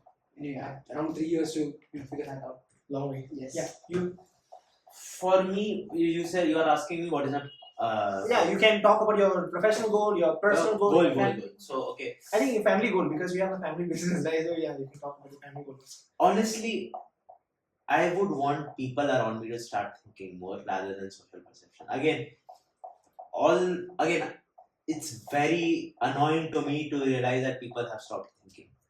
And like this conversation that we are having, I do not assume that a lot of people do have. Mm. Would you say, like, I'm asking this question to you both, would you guys say that even 20% of the population that we have currently think about reality and understanding of reality in the sense we have discussed right? I mean, it depends. Like, it depends on a lot of things because not necessarily that to us, the philosophy or that kind of a topic might interest you. Because I'm actually when I'm with you guys, okay, I talk mostly about like the philosophy, like economics and all, right? When I'm with the other people, right, we talk about like a different thing, geopolitics. I talk a lot about geopolitics, right? Even the cryptos, that kind of a thing, right? So yeah, it depends on each people, right? Not necessarily we'll think about life only. We'll think about some other Understandable, topics. but would you say that people have stopped questioning and just directing whatever is like whatever information they receive, they just form their ideas on that information simply? Yeah, I think most of the people do. Yeah. And they stop questioning. I just in whatever surrounding I am, my goal is to simply question. I do not have any goal other than to question. Is what I would say. Again, I am still grasping what my understanding of reality is. I think that's the first principle of science, right? Just question everything. I mean, yeah, question everything for the sake of knowing it. That's it. That is what my goal is. I don't want materialistic pleasure. But like, do you like listening to other people's opinion? Yes. Okay. I love You it. like? See, that is the thing with opinions, right? You have a lot of views to listen to. That at some point, take me for example. I have listened to so many viewpoints at this point. My parents' viewpoints, the random people on online viewpoint. You take everything into consideration, and again, the same question that the same point that I come to is, in the end, you sort of really want to stay away from it at one point. I mean, even for the past, if you've noticed, for the past 2 years, I have not engaged with many people. Like in class, I don't think there are people who I've not even talked to. Yeah, I mean, I'm not talking about like a people of our. I mean, whoever it is, people, right? I'm talking about like those who have like a good opinion or like some. I mean, like those who are like an intellectual. That's what the good, the intellectual point of view of it is. You live, your life. Yeah. You don't need to take other people's that much opinion into complete consideration and base your opinions on their opinions. No, I'm not talking about base your opinion on their opinion. Right? I'm just saying that just to get something. Okay, you might think something different. Okay, Yeah. now you want to know about like okay, what he or she thinks. I mean, that's So what he's not. I have heard so many at this point that for a bit I want silence. Okay. What is your like? I mean, I listen to a lot of opinions, right?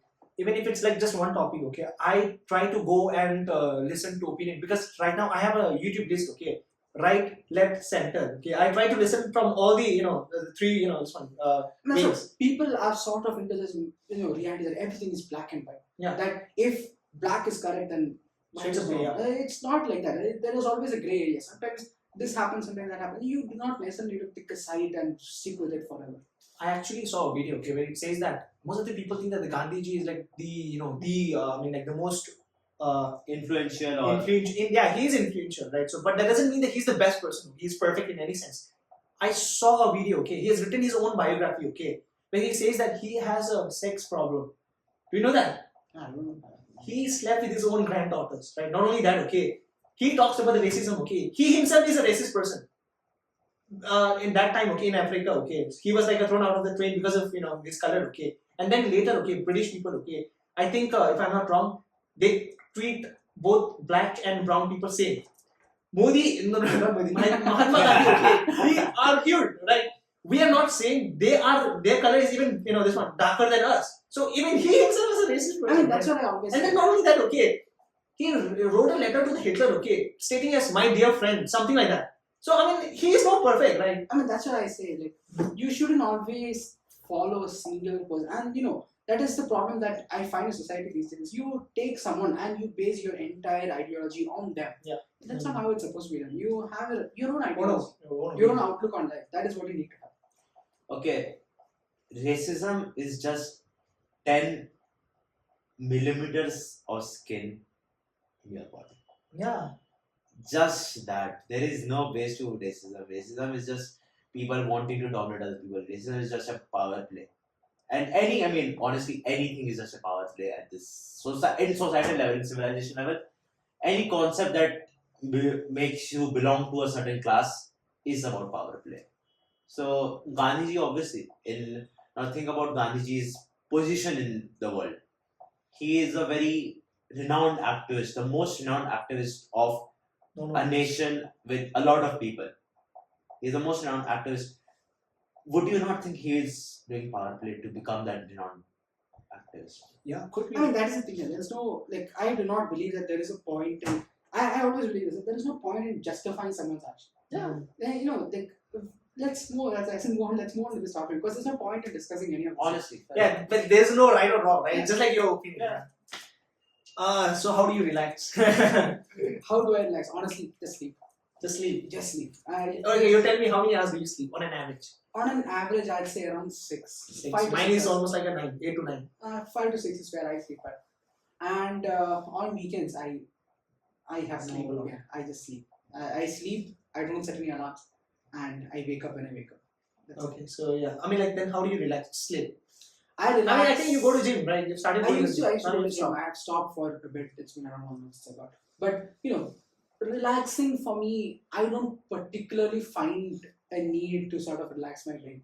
I can go from like for this right now. Immediately, I'm jumping into research right after this. So I don't find a need to sort of find a time to relax my brain. That is how I have functioned for the past 6-7 years. Okay, so then you. Chess and socializing with my friends is what I would say. Like, what kind of socializing? Going out, enjoying? I don't care about going out. I just care about some interesting conversation just like this. This is very relaxing to me, I would say. I mean, personally. see, I feel like we are kind of people who, I want to have an engaging conversation with them. That's all. That's all that matters, actually. When normal people like, I do not like talking about this celebrity, this celebrity. Yeah, even I mean, celebrity, yeah, it's fine. I don't like talking about like this girl is not doing that kind of it's fine. Drama. Yeah, like gossiping. Not really a fan of it. Yeah. Drama, as in if it's someone close to me, then fair enough. I love drama. I mean, For the sake of professionalism, we will not mention it. For me, basically, relaxing is these conversations that we are having currently and playing chess and anything that provides me with instant gratification. okay, so like, do you play any sports indoor? or I used to play it, but You used to play everything. And you should What be is your bad favorite? at everything. What is your favorite sport? I used to play basketball. And Basketball. I enjoyed that quite a bit. I used to play badminton before second. I did not win chess, but I won second place in chess somehow. And I used to play with my dad, and that is probably my third. Okay, so like, then What about you? How do you relax? I mean, I relax a lot, man, because I like sports. Because I told you, right? I Yes. don't study. I used to play a lot, right? So I was at, when I was in class 8, okay, I used to play a lot of table tennis, right? I used to compete also, right? Table tennis, right? There's a competition, right? Always table tennis, and yeah, like till class 8, table tennis, and then after that, I started playing football. I mean, Play a lot of football also, basketball, a lot of basketball. I have tried back in. I'll tell you. I'll go through the stages of it. Around 6th is when I started playing chess. I started playing handball, and I used to go for coaching and all of that for that. And then 7th through 8th, this continued. And as I joined 8th, I started getting into football very much. Did that for 2 years. I was with the team of my class, and after that, I broke off into basketball.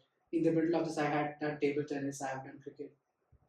Oh my god, the feeling, the feeling, okay, when you're playing, right? I mean, we played together in football. You Yes. feel great, man.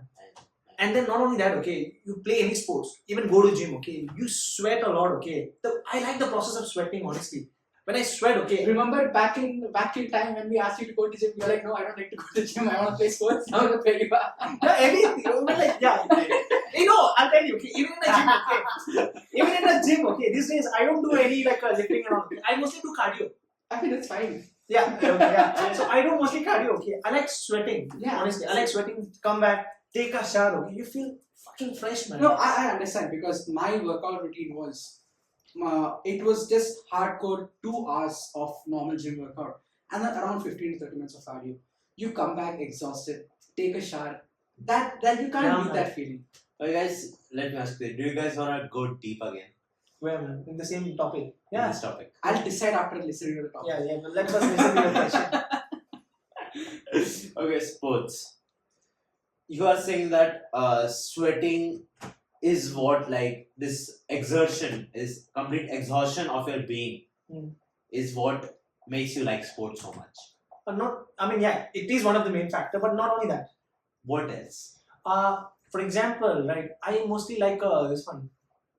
I think I'm like a little selfish. So even in a basketball, okay, I don't pass a lot. Did you see me play, man? I think I have also tried. Okay, we played in that DPS competition. Okay, I mean, I don't pass a lot, first of all. it's quite selfish. But yeah, I feel very excited if everyone is performing well, okay. And second, uh, if you're good, okay, I'll tell you, okay, if you're good at something, okay, you enjoy it, right? So I mean, I'm basketball. I think I've been practicing from a lot, okay. So I think I'm like a average and good in a basketball, okay. So I feel good while playing. When people watch, okay, you feel good when when you play good, okay. And then yeah, process of sweating also, and also you're exercising. You know that it's healthy. So yeah, all this combination of factors, I think because of that, I think I like sports. What about you, Karthik? And also, just wait, okay, the mentality, the sportsman's mentality, right? You never give up. Never give up. That's it, right? Doesn't matter, right? I mean, in some games, okay, it's like a 10-5 something, okay. It's like impossible to now score, right? Impossible to win. But still, like we played, okay, we won the match. So that kind of a never give up attitude, right? Yeah. I mean, for me, it's personally, I like being part of a team and going on with it. Not much because I was not never really into it as far as I was into studies or something like that. I was purely into academics and then the sports have been on the side. So it really helped me, take the mind off of whatever I was doing. And just, I remember PE hours, that 1 hour you get of running around, all of that. It would help take your mind off of that stressful maths class that you had just before that. Maybe it was geometry, and everyone likes geometry, and you have this class. Then you have, you sort of feel refreshed. That is what I like mostly about sports. So I think we can say that for Karthik, sports is a recreational experience, an escape, we might say. For you, it is something of passion. Yeah, it's a passion even to escape the others educations or like just Academia, I where mean you I are like compartmentalizing, right? I mean like the sports when I'm doing sports, proper sports. That's what, Yash, don't go deep into everything. Now, the question that I have in this is, I resonate with Tenzin more in this. I resonate with you a lot. I think, do you disagree or agree with me here? Yeah. I think that what we are looking for in sports is just that perfect play. Perfect play. But there's Perfect no continuous play. I mean, what do you mean by never giving up? never giving up means even if you know that it's not possible or like it looks very hard for you to imagine a game where you're winning, okay, because when you're losing, right, it's difficult for you What to does imagine winning mean? winning means I mean like in terms of the game, right, then yeah, it's a goal point, right? Yeah, and what is the most efficient way to make a goal point? To win, to score a goal. Yes, what is the most efficient? By having the perfect play. Yeah. So Yeah, if they don't, I mean, if they make a silly mistake, then yeah, even if you're not perfect, yeah, you will score. understand. But let's in the understanding of sports, what you really want when you're passionate about is becoming one with the game, becoming so losing your complete other reality and just following this order, following this idea of rules that you lose every other sense of reality and the etherealism that it brings in you, the pure euphoria that it makes you feel, where you realize that you can do anything if you are just in this particular state of moment. Is this what real order feels like? Think about this concept. Is this what real order as in differentiating order from chaos, where you are one with the reality? Again, you will have opinions. That's what I'm saying. Agree or disagree. This is just an opinion that I just had in my mind. Most of sports that we do is derived from the evolutionary pleasures that we used to have. Not necessarily order, chaos, and whatnot. What we used to do back in the day was hunting in packs. Again, it might be just something that is wrong. See, I agree with the fact that it makes you feel like you can do anything. That point I agree with. But not necessarily the point of order and chaos. You need to go that deep into it. No, obviously you cannot, but we just thought that it came. No, but I would still agree to the fact that yes, it is a part of like what our evolutionary ancestors used to do. That is going out and hunting in packs, and you sort of have the same mentality when you're playing the game of soccer. Say, for example, you have the enemy team that you want to defeat, and you work together to defeat it. And that teamwork and that being together and scoring a goal is definitely something that brings you at the moment a sense of achievement. So I that part I agree with, but the last point I do not resonate that much. Even in a sports, okay, I think it actually shows who you are, right? Because I didn't know that I'm very aggressive. Honestly, I didn't know that. I used to think that okay, I'm calm. Sometimes, yeah, aggressive, right? But in sports, okay, I fought I fought with a lot of people. Okay, last week, I fought with Rejo. because that time, okay, he was not cheating exactly, but I mean, like, we don't have the referee, right? I don't have the referee, so there is no, like, who knows, right? There's no referee. I fought with him, okay, that time. So yeah, I mean, I fought a lot of, with a lot of people in sports, and I'm actually very aggressive. When I score, okay, and if a lot of people, cheering for you, right? That kind of aggression, it comes. I mean, you see Virat Kohli. No, I completely. That's where I bring about the point that it brings out that evolutionary side in you of wanting to achieve it. I think this is the very important point, that what Karthik is saying, this evolutionary point in sports. It is a point very deep. I mean, we came from, like, when we were evolving, evolution not really care about our emotional state of being. We only care about survival of the fittest. Yeah. So in that point of view, we don't have matured emotionally enough as a human species. I'm saying, not as a people. That we still chase the evolutionary pleasures we wanted back in the day. Yeah. So going out, unity and all of this was something that was very ingrained into our society and our species as a whole, because without being together, we would not be able to survive back then. Teamwork, yeah. So that brings into this point of team sports. Yeah. That you want to achieve it together with your teammates, and that is that sense of camaraderie that you get. Definitely, I agree with that point. Yeah, I think you have read the Sapiens, right? Have you read Sapiens? Yes, I have. Okay. I think my ideologies coincided with this idea. Yeah. So I mean, what I don't like about the teamwork is that if you're good, okay, I'm talking about if you're an average or good, okay. If it's like a one individual game, okay, you make mistake, you will face the consequence, okay. In football, teamwork, okay, if you played like a fine, okay, if someone messed up, okay, in your team, okay, you have to face the consequence. That is what I don't like about teamwork, because I mean, see, you don't have that I'll ask you a question. accountability. Before that mistake happened, or when the match started, you were happy that there was a scene. And then the Not mistake happy, nervous, yeah. and then the mistake happens, Oh. and then it goes down. So again, relating to the point that it activates that part of your psyche that wants that achievement. That is what I would say. That is honestly what it is in the end. Like, eventually, that is what it brings down to your psyche of not losing and not wanting to lose, and in doing whatever may be possible to win. Like, it's just a theoretical concept, but can't see in reality. Next question. This is okay.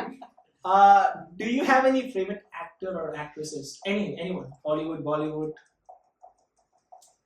I mean, like, do you follow? I think you like movies, right? Watching movies. I mean, not. I go to the washroom. Yeah. I mean, again, should I wait for or should I continue? Continue. I mean, personally, as I do not idealize actors or actresses.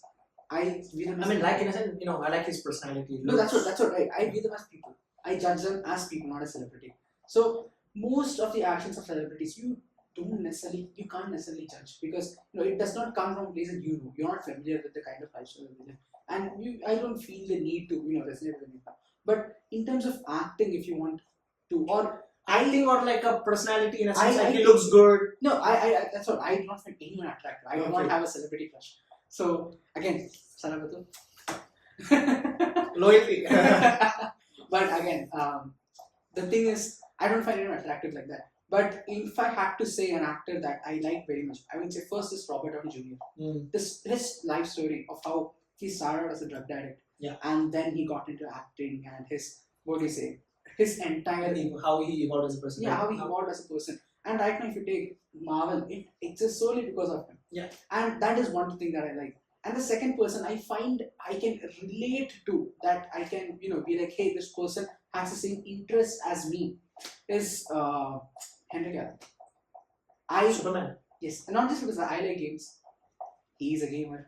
I like building computers. He likes building computers. So that is the thing. I don't judge them based on how attractive they look or how much money they have or the personality they have. I guess their achievements are more important. Okay, I'll ask you a question. Okay, do you like those people who are like you, or do you like those people who are not like you? I don't really mind either, because in life we meet so many people who will have the same views as you, but also who will have completely opposing views to you. And what do you say? Restricting yourself in that situation of saying, oh, I want people who are only good to me. No, I'm not saying that. I mean, in general, okay. Do you like, in a sense, like, do you feel relatable to those people who, or do you want to be close with those people who are like you, or like totally unrelated, completely unlike you? Because I prefer both actually, because on one side of the coin, I mean, what do you mean? Okay, I will give you a solid example. Did you like hanging out with Chris? Do you like hanging out with Chris's friends? Do Who's you like Chris? hanging out with those people? I don't think you're asking a question. I don't think they'll watch it, but yeah, it's fine. Now you tell me who's your. Oh, yeah. I mean, the thing is, I can tolerate them, and But would you choose? That is not point. Would you like to? I mean, that is the thing. Like, if I It's knew about that preference. there is a very specific, I have very specific answer for that. If your ideology is something that even I have a little bit of familiarity with, or if I resonate with even a little bit, I'll talk to you. But if you do not, I will not speak. Because I'm like I would rather prefer those people who are not like me, because I can learn something new or like anything. Okay, because if I'm if that person is like me, then I think I know myself, right? So yeah, that's my. I mean, take on it. that's the Yeah. debate. It's not always yes or no. No. You agree or disagree. That's a spectrum, Yeah. and you choose somewhere between the spectrum of, somewhere here maybe yes, somewhere here you would want. This you do not want. Someone who's completely against you, who you have nothing in common with. I don't think anyone would want to listen to them. But yeah, as a person who you can sort of see that they have something in life, they have a goal in life. Sure, you could resonate with them. But people who have nothing to relate with you, absolutely nothing, not even a single shred of what you do is similar to what they do.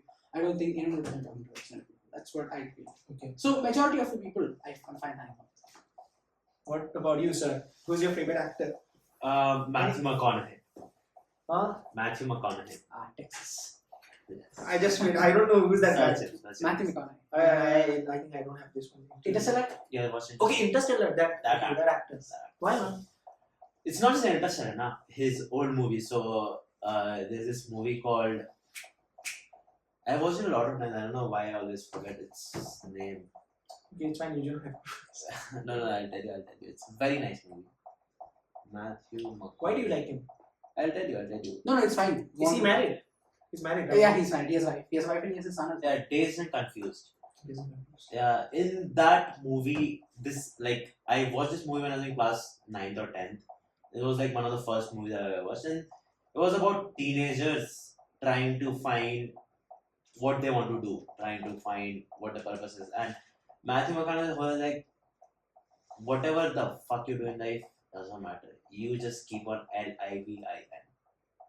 That is all. You just keep on living. You just be. Whatever the fuck happens. And I resonate this idea more and more every day. And that is what that movie meant. Dazed and Confused. That's the crux of that movie. Dazed and Confused. And I appreciate that actor and what he comes up with his art. Even in his other movies that you see, Interstellar. If you see the movie True Detective, you will find a lot of conversations that we have right now. I think Interstellar is really releasing in the movies. I watched it 2-3 days back. I watched it 4 days back. So I love that actor, and Interstellar is good. Interstellar is very good, but it does not discuss a lot of ideas. It just discusses some abstract astrophysics ideas that are theoretically proven and simulated. But again, I mean, not just that, when Christopher Nolan was explaining the plot of the movie, he especially mentioned it was not about physics. Yeah. Even when he wanted to make the music for it, I forgot his name. Hans Zimmer. Yeah, when he proposed the idea of Interstellar to Hans Zimmer, the story that he proposed was never about physics. Yeah. The story that he proposed was about a father trying to reconcile with his daughter. That is the only story that he wanted to tell. I mean, that is why it hits so much deeper when emotionally, I would say, Interstellar. That is why it gets so much. I'll tell you, okay, the first time I watched the Interstellar, I couldn't understand it. Yeah. I had to watch it like 3-4 times, man. Yeah. So, I got it on And most of the Christopher Nolan, his movies are like that. Okay, you have to watch it again and again. That is And the- it's the That's just the inception. depth of it, right? It is. I always get it first strike because I'm just good at great. But narcissism is king. Yeah, man, he's Narcissist code together. But yeah, but that's the thing about knowing all of this, right? Christopher Nolan has, I think, a very good ideology about the kind of things that he wants to make, and it is either about he has a specific center point of an idea that his movie fixates on, and the rest of it is all baked into reality. Like everything that he does is to illustrate that one single point, and that is why his idea of the way he ideates, especially for Tenet, when he was explaining how he made the movie, that he said this it's rolling on. Yeah, you continue, man. no, we just See, I think it is rolling, right? It has been 1 hour 40 minutes. No, it's rolling, right? Okay. Yeah. So when he talks about how he made the movie Tenet, and he talks about how this will play in forward, this will play in backwards, this will play forward, this will play backward. And the whole idea that he comes up with, he knows what he wants to portray to the movies. And if you take a look at many movies that are outside of, this specific genre of movies, it is that you make a story and then you make the movie. But you do not have a central point to that movie. I see that's the problem I have with many movies nowadays. I do not watch movies anymore. I stopped watching movies. It's been a while since I've watched movies because I simply find nothing interesting in watching a new movie.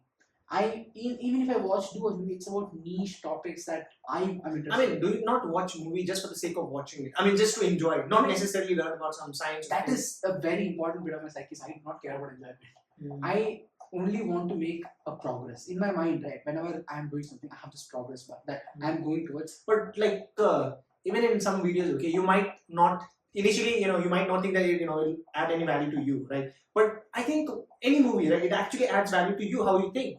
I mean, yeah, but then the thing is, I do not necessarily add that value into my life. So unless it is a very serious movie that has a very serious plot, no watch. Okay, have you watched this one, Suits? No. Oh shit, you have watched it, right? Villains? Nope. No, okay. And I mean, see, I'll tell you. Geopolitics, Game of Thrones? No, I'll tell you. Right? Game of Thrones? No, I'll tell you. As a person, I dislike Suits, especially because I have been through this situation where those kinds of decisions need to be taken. And when you have gone through that, and you see these kind of, let's do this, let's do that, and then it happens. It's not happening like that. Yeah, that's not it, yeah. So I do not like watching it because it pisses me off. Same with Interstellar. The topics are there, but it's not exactly how it is, and that will it will not coincide with me, and I don't like watching because of that. So yeah, I have not watched any series. I've watched 2 series. One is The Witcher, which I like very much. I think Ariana Grande, right? I mean, No, The Witcher from Henry Cavill.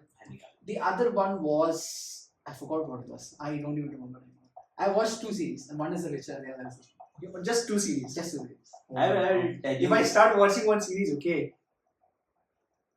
I have to finish it within like a Have few you watched weeks. Dark? Huh? Dark. Dark Desire. Dark. Okay, no, I have watched the Dark Fucking Desire. horniest bitch. Have you watched that? No, I know about that. Sure, you do. Wow. But I'm not the entire thing. Okay, I just watched like a Dark, few Dark, episodes. German series. No, I have not about watched. time travel. Time travel, no. It's some name. It's a very beautiful series. Okay, so I was talking about Matthew McConaughey. See, we fucking traveled back to Yeah. where it was Matthew McConaughey. So I love his work, True Detective season 1. So it is about this detective. He's in his existential crisis bullshit. He is forever in his existential crisis bullshit. He has lived 45 years and he's still in there. And it's, H.P. Lovecraft.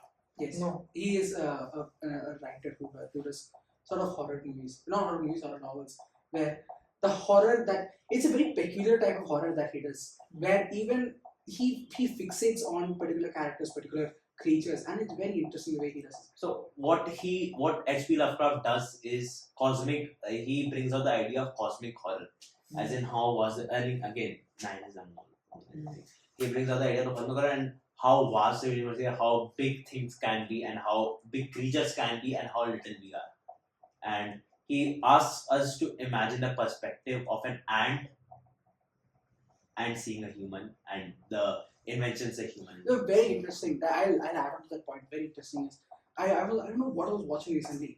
It was about have you read something and then you see the main character go crazy because he has seen a higher power. Yes. And like for example, when you see God, people say you go crazy. When you see angels, you go crazy. And that is like that he brings that point down to ants. Then when an ant is traveling on the circuit board made by humans, and the ant does not feel anything. It's just another board of silicon that it wants to travel through, and so it doesn't understand it. But what if for a brief moment it understood exactly what that silicon does? It exactly what the chip does and what the phone does, and then the next moment it does not remember anything.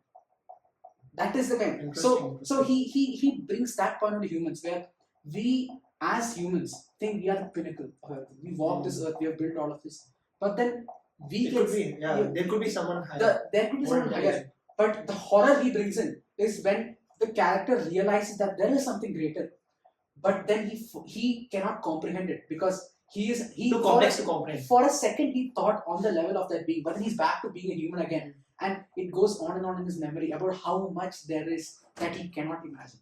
So that is the point of what do you say? It actually seems like we have a very different choice of the movies and series. I mean, no. What I'll discuss this, but let me tell you about True Detective. So in that, Matthew McConaughey portrays this guy who is very into this idea of cosmic horror, not H.P. Lovecraft particularly, but into this idea of cosmic horror, and he portrays it wonderfully. I don't think any actor would have done as good as that man, and that is why I would say that Matthew McConaughey is my favorite actor. But you should ask this question: who is your favorite director? Yeah, but Christopher Nolan, obviously. No. Who's your- Stanley Kubrick, David Finch, and who is the James Cameron. Why that look? not particularly James Cameron, very cliche. Very cliche. Who is the But like if you see the amount of the success, right? It's You know, crazy, man. the reason why I can't watch most movies is, right, I can only predict the ending. For example, I was watching Tenet, and there was a scene where the guy in the armor suit runs next to him. And then I turned to Yash and I told him, it's the same guy, right? And Yash said, just keep watching. this have you guys seen Blade Runner 2049? What? Blade Runner 2049. I'm seeing the scenes from it where a robotic lady comes. No, but watch. So in that movie, the movie discusses the things that capitalism can create, things and consequences of the society we have currently going on without change. And I don't remember the director. He has had very beautiful movies directed. I love these two directors a lot. Stanley Kubrick. But like I don't understand it fully. Okay, the director's job is to direct the movie, right? But he's not the writer of the movie, right? Okay. Writer is someone else. Okay. But like we don't appreciate the writer, right? Most of the time. I agree with that wholeheartedly. Mm. That we do not appreciate the writers much. I agree that wholeheartedly, and I do think that we should appreciate that. Same thing. A director's job is to, the same way, like we appreciate actors, but not, it's the same cycle that goes on there. A director's job is to make the world that the writer imagines.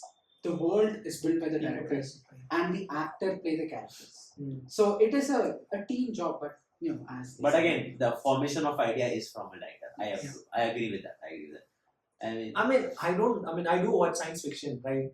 But not that kind of a science fiction. You do tell your. I like House of Cards. Oh, House of Cards is like crazy. Have you watched House of Cards? Have you seen House MD? Huh? Have you seen House MD? House of no. Autistic as doctor. Continue with that. Yeah, I like that kind of a movie. Right now, recently, okay, I've started watching, and it's been almost like a year. Okay, I've started getting into economics and geopolitics, right? And then if you go to geopolitics, right, there's a lot of intelligence, CIA. This one Indian, what is it called, man? Raw. Yeah. So I like these days. I like that, watching that kind of a movie. So yeah, I understand. So yeah, do you have any favorite or the YouTube YouTuber that you like? It's very informative in a sense.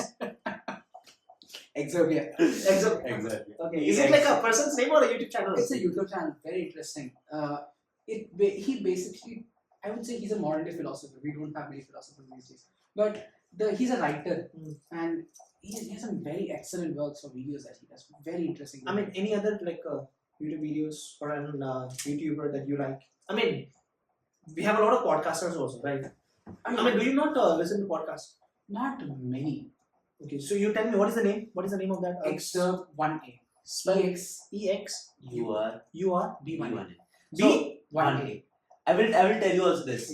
Whatever we have discussed today now, at least 70 to 80% of the concepts we discussed today is in those. Yeah. So you don't like this one watching YouTube about the geopolitics, like how the trade war happens. He discusses that. Yeah, he discusses that as well. Okay.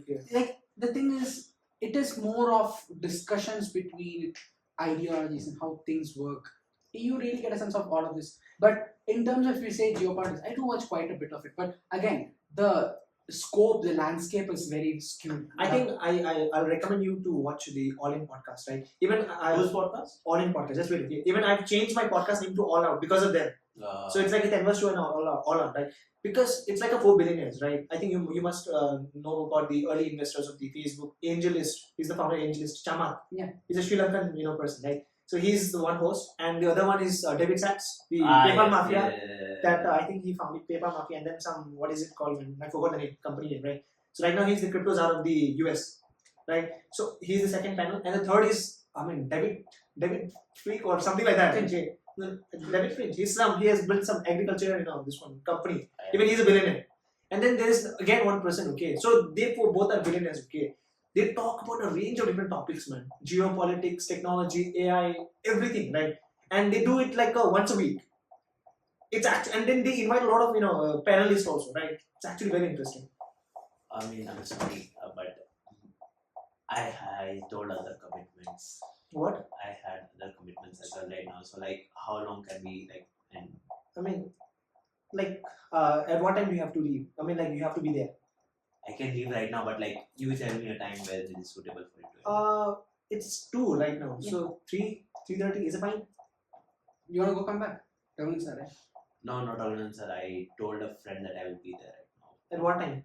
No, I told her that I thought this would be for 2 hours, so I told her like 2:30 I'll be there. How long will it take? I'll ask. It was like 30 minutes. We'll discuss. You guys continue, I'll just be. Yeah. So yeah, what are we discussing, man? Yeah, we're Favorite discussing actors. Yeah. YouTubers, yeah. Any skills that you're looking to improve on that you think it's important? I mean, many actually, because Maybe the most important. I'll list them all out because I feel like we have time. Right? I feel like right now I want to improve programming because that is very important in today's day and age. Because it's not just to program, but to understand how things work. Very important to have that skill. Next is AI. No need to mention like the way that current AI works. If you are able to get in the stream of it, I think you're set for life for a bit. Yeah, you don't need to learn anything for a bit. Next, personally, I want to get into quants. Those are the subjects that I have, passion about. I'm very interested in learn. But like, you don't have free time right now to learn about all those things, right? Because it takes a lot of time to learn those. Yeah, but then what I do is I completely ignore college and go behind these. Yeah, but like, if you ignore college, right? Then, because then you have a CPA also, right? Yes. Like, when is your CPA next exam? April. Yeah. So yeah, you're preparing for that also. I mean, I find the time to manage it. The thing about me is, if I really put my mind to it, I can do it. But then I'm lazy as fuck, so I can't do it. I mean, I don't think you're lazy. Hey, what do you think, man? Any Yes. skills that you want to improve? Okay, again, quantitative finance because again it's a security part of my life because I like maths and it relates with what I'm currently doing. So quantitative finance definitely. I like biology. I used to hate biology, but suddenly I love biotech field of biotech. Again, it will take fucking years, like at least a decade of understanding of what the current field is, but it does intrigue me. 1 year. Yeah, biotech, yeah, I think even I'm actually, it's like a very fascinating It topic. intrigues me deeply. And honestly anything else about So that's why what I feel is that you become so rich, just earn so much of a money that you can invest in all those companies, right? Like Elon, right? He first earned a lot of money and then Tesla, he didn't start Tesla. So like that, okay, you can invest in a lot of startup companies, right? You can give your guidance and all, right? And then eventually it'll become your company, right? So that's this is how I think, right? Just earn a lot of money, invest in everything you want. I mean, yeah, sure, you could go ahead with that. I mean, there's not really a problem with it. I just like, gaining knowledge for the sake of getting knowledge. And recently, I have gotten very much into mathematics. Things like regression, linear regression, and multivariate regression. Very interesting to learn how, we as financial as we have learned this much, we think that we know how, these type of mathematical methods work. But then you go into mathematics and see that you do not know how these things work. It's sort of humbling. The more you know that you don't know. Yeah, the more you realize the more you study the topic, you realize the more you don't know. I mean, I'll tell you something about mathematicians particularly. So there's this mathematician Gregory or Gregory S or something. He solved a century-old problem in 2002 or 3. Century-old problem. It's called Poincare conjecture. He was awarded $1 million for solving this equation. You know what he did? He refused the $1 million. Yeah, I mean, and you know why? because it has to be at the beginning, right? What? For example, like I you've mean, done something, When right? you start out, When you start out, right, you need that much of a money, so ensure that you have a security. I mean, so you'll be able to. my dad always says this, right? It is that if you are a mathematician or a physicist, you have something loose in your brain, and I very much agree with that. Being one myself, not an insult, but when you do go into these fields, you sort of become very, what do you say, rational for these kind of things, but irrational in terms of life choices. And most probably, I would guess why he refused it is because he just did it out of passion and don't want the money. Why do I feel like in next Kumbh Mela, okay, Kumbh? I mean, you saw that person, okay, who was in like this one, who is in the Kumbh, who has become a Baba, and after graduating my IIT, he'll become that person because he's going very deep. Okay, I'll tell you this. So that guy. So like, when are you leaving? It's fine. I'll be here till. Okay, it's fine. I said. It's fine. Yeah, just. I am having fun tonight. I am having fun tonight. So basically, that guy, what he said was, I do not fucking care about them. Yeah. I do not. It's not about the money, it's about sending the message. I mean, not really message. He just wants people to care about his idea more. That is all, and that is the reason why he refused the money. Maybe again, not just that is the reason, but it contributed a lot to not to refusing the money. First, he does not fucking care one bit about the money. Second, he wants that action of refusing the money to become the point why his idea is discussed. Even though still we discuss more about why he refused the money, but again, he want to discuss Poincare conjecture so much and his idea that he came up with for his solving this year-old equation, a century-old equation that no one is able to solve. So much that he just wants people to learn. He just wants people to discuss ideas. He just wants people to think. I mean, I always have this ideology, right? As society grows, the complexity of knowledge we have grows. So, as species, you cannot learn the same things you used to learn back in 100 years ago, 100 years ago. I would have discussed the idea of Poincare conjecture, but I just do not understand it yet. I'm still trying to understand it. But I mean, see, like I see, 10th, 12th, CBC Board of India. The textbooks that we have learned is from back in the day, like 19 and 2004. It's 2024 and still they have not been updated. Especially science and mathematics books, very old books, they are not updated, and that is why I feel like I always have. There is this term called as technological singularity. That at one point we'll hit a technological state where technology can improve itself and it doesn't need our help.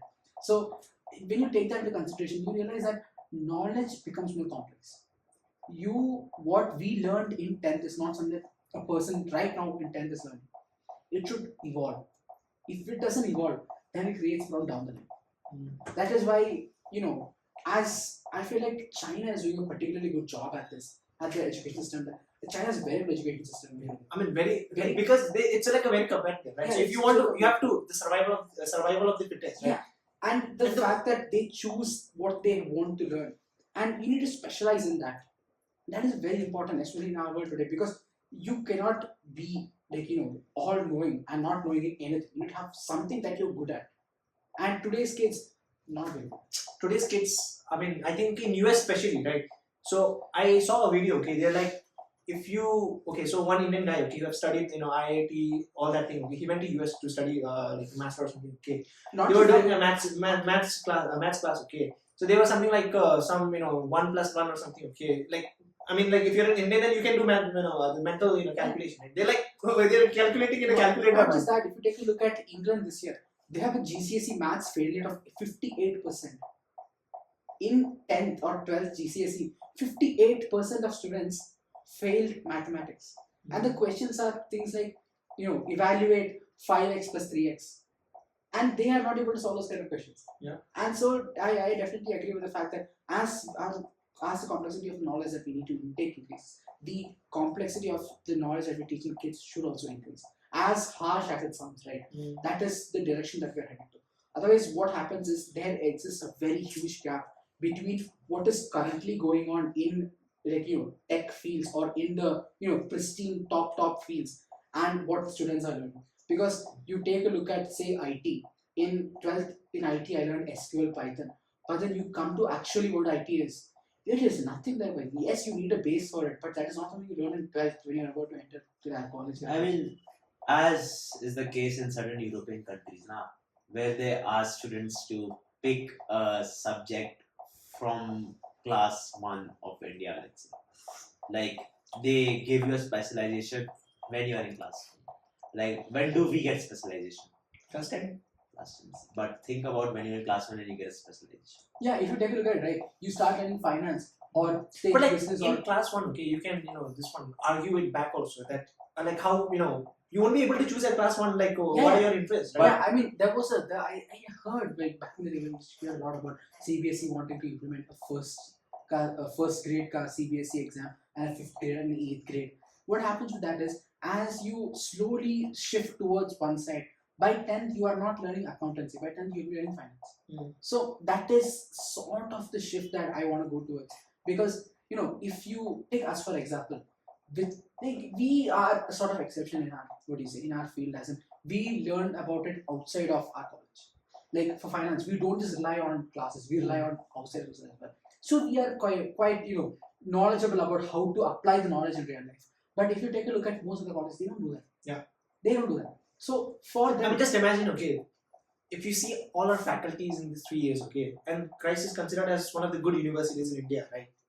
Like good, right? This is the condition of a good universities, okay, faculty. Now just imagine about those colleges, okay. Please do not rant us out, guys. Yeah, I mean, 2 months which are lower than the Christ, man. We're like a average bad. no, like I understand. Just imagine the conditions. Yeah, man. but it's not just about that. It's about how complex the education system is. In India, there definitely will be a shift, and that's all. That's end point. What I like about the US is that I know some friends, okay.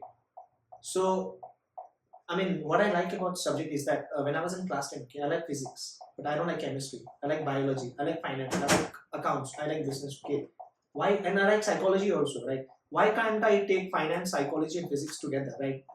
Because in India we don't have that option, right? If you want to take accounts, then You have to take commerce, then you have to take all the subjects that are related to accounts. And if you want to take science, then you can't do accounts, right?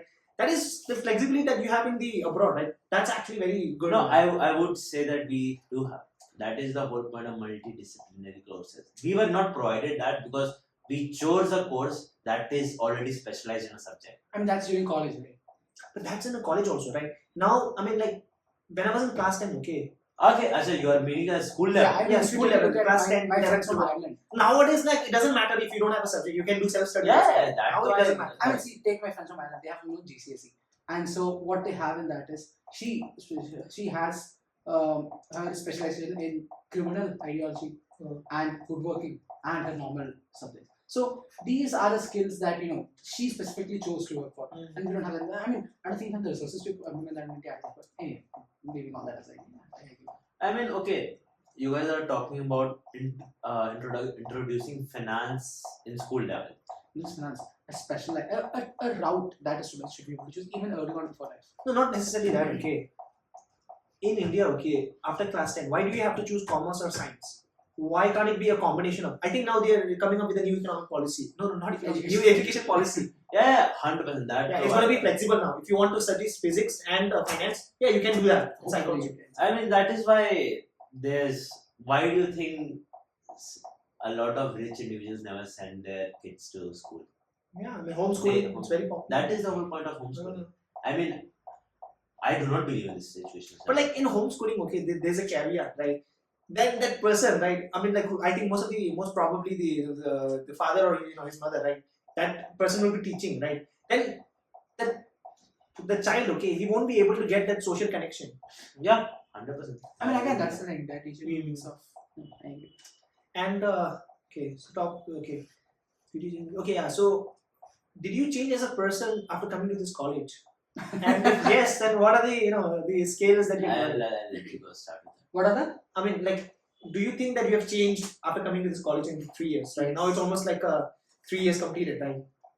I mean, when you look at me in the beginning, I was very, very immature. Did not know what I was doing with life. And I would say I did not even know what I wanted to do with life. Like, I did not know what. And yeah, I'm picking a finance course. Why am I picking it? Because supposedly it's good. That's the only reason I picked it. And then stuff happened in my life. I had to face, a lot of things. It was very difficult for me to go through that. But then coming out of it, I was a person who was just dark. I craved nothing. I did not want anything. I did not want to do anything. For around 4 or 5 months of my life, during the second semester, I just did not want to be included in anything. I don't want to do anything. I was in a very, in a state where I was fine with myself. I wanted things that I wanted to do, and did not want anyone else near me. That was the viewpoint that I had, and I went through with it for around 6 months. I hurt a lot of people, hurt many people, but then I was fine with it at that point because I was like, oh, okay, it's fine, it happens. I need to focus on myself, and so it went on. And then starting around last semester, I would say, is when my the whole thing, I went over it, I redefined it. My friends, they took me trekking, they took me biking, we did go karting, all of this. They started taking me out to these places, that places, and that is when I started to open up. That is when I started to mature. And for the past 1 year or so, I have been focusing on that. Back then I did not prioritize my happiness one bit. Like it was just I had this thing, I want to achieve X, I will achieve it. Doesn't matter who I lose in that process, what happens to me in that process. I have X, I will get to it. And that was it. And that X was X as in not EX, it is XYZX. Yeah. And so I think our listeners are smart. but yeah, that was the mentality that I had. So after that, coming out of it, past 1.5 years, I decided to just let go of everything that happened for the past 2 years. Just it happened behind me. Do not need to look back. It was a mistake. Don't need to look back. And I decided to completely discard that ideology and mold a new one, which I wanted to care about people who are close to me. I wanted people next to me, and that is I only wanted those people. And I was very seclusive. And my friends also took me around and all of this. It shaped me into a person that I am right now. I would say I have emerged from the cookie a little bit. Will probably happen many times so far. But still a long way to go, A right? long way to go, for sure. But do you right now think that the work-life balance should be prioritized, or do you think no, there shouldn't be any life? I would say Most of in the beginning, rather than focusing on work-life balance, go through the harshest conditions you can. Because work-life balance is important, yes. But when you're starting or when you're emerging, I think it's very important for you to realize how harsh a situation can be, so you can handle the rest of it. Like for example, when I joined college I was very sheltered. My parents sheltered me a lot, and so I did not have experience going out. Especially in Muscat, you don't go out much. You go out with your parents. I have never went out alone by myself much, just for tuition class, and I would go cycling. That's it. And coming here, my uncle just dropped me in the middle of Bangalore, gave me a PG, and just left me. What happened was I think if you guys remember, I was not there for the first 2 periods of the first class. I don't know. I was not there for the first period of first class because I still remember I'm in bed that day. I think it was a Monday, and the professor I have from San campus, she calls me and she's like, "Have you gone to college?" I'm like, "No, I'm still at home. I don't know when college starts." And she's like, "The college starts today. The class started at I think it was 8:30 back then." She was like, 7. Okay, what 7? I think it's 8:30, right? 7:30. 7:30. Yeah. It starts 7:30. Why are you still in bed? And I'm like, because I didn't know the college started. And then I reached college, and then I thought there is no what do you say, introduction, nothing. It just go and sit in the class. I go to IPM. If you remember, IPM was in E block, the first room there. I go there, and she was like, "Why are you here?" And then I don't know my class. She's like, "Which course are you in?" I'm like, "BCom Finance and Accountancy." She's like, "Which one? There are two." I'm like, "It's CPA." And she told me to come to the class. I sit in the class. I don't know, I sat next to Abhay and Sagar. Yeah, that time, you, Sagar, Abhay. Yeah, Yes, I was sitting there. And then break is the next period, right? My uncle calls me and then he said, "Come outside, I'm waiting outside." So I go him, he's in the car, and then he asked me, "Karthik, do you want anything else?" I'm like, "Not really." And I'm like, "Okay, bye, I'm going back to Kerala." And he left. And he just left. And I am here. I have not had any experience with what you say, Bangalore. I've not had any experience living life. Just left me here. He's like, and then I called him that evening and he's like, "You will learn to live. If you can learn to live in Bangalore, you can learn to live anywhere in the entire world. So go ahead and live." So who's your favorite faculty in our college? Come on, is that even a question? I think I know the answer. You know the answer. I think Yash knows the answer. I mean, I think audience wants to know. Audience wants to know. It's just see a Rohit Churaria. And then And then Rajkumar sir, he was very good at. And he helped me a lot for research and all of that. Me and him had very similar interests in the things that he wanted to do. So Rajkumar sir. Yes, you sir. What do you want to answer? What do you want to answer? I mean, did you see any improvement after that spending 3 years in a college?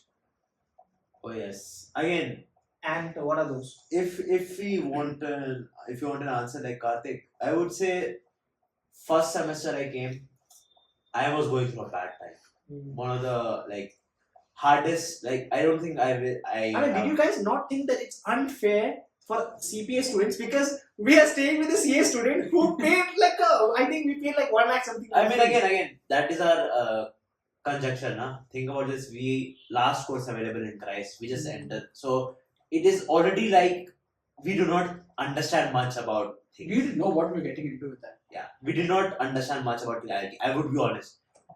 Whoever is in CPA, I would say they did not understand shit. They had a very hidden perspective of life because perspective of reality, perspective of corporate capitalism, school, college. I would say even though we were smart or understanding intellectually, but in the very face of things, we did not understand how did that culminate into reality. Hmm. So I would say that it did not matter to us much that we paid 3,90,000 while you only paid 1 lakh because we just did not understand what it meant at that time. There was a time, okay, I had to make a decision, Australia or this one. Because when I came here, okay, I didn't know that CPA or CA, okay. The first day, right, on the commencement date, okay, we came to the college. Kavita ma'am, she came, okay. She said, everyone is, I think you are not there, right? I was so, not yeah, there. so That's the you thing. were I there, was okay. So everyone is like standing like, who all are CA, who all are CPA, okay. I didn't know that.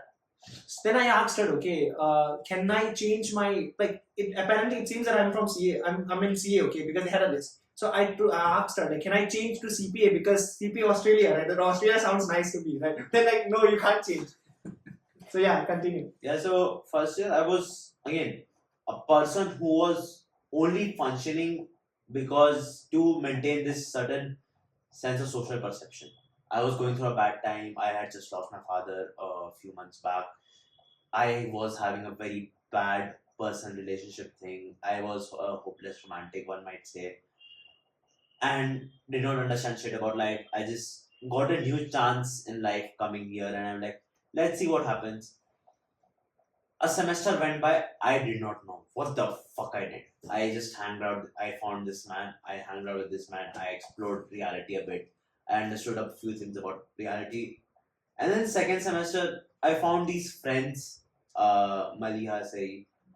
They picked me out of that fucking shit hellhole where I was just living in a social perception world and hopeless romantic. And I started experiencing world where I care about people just because they are people. I care about myself just because I am myself.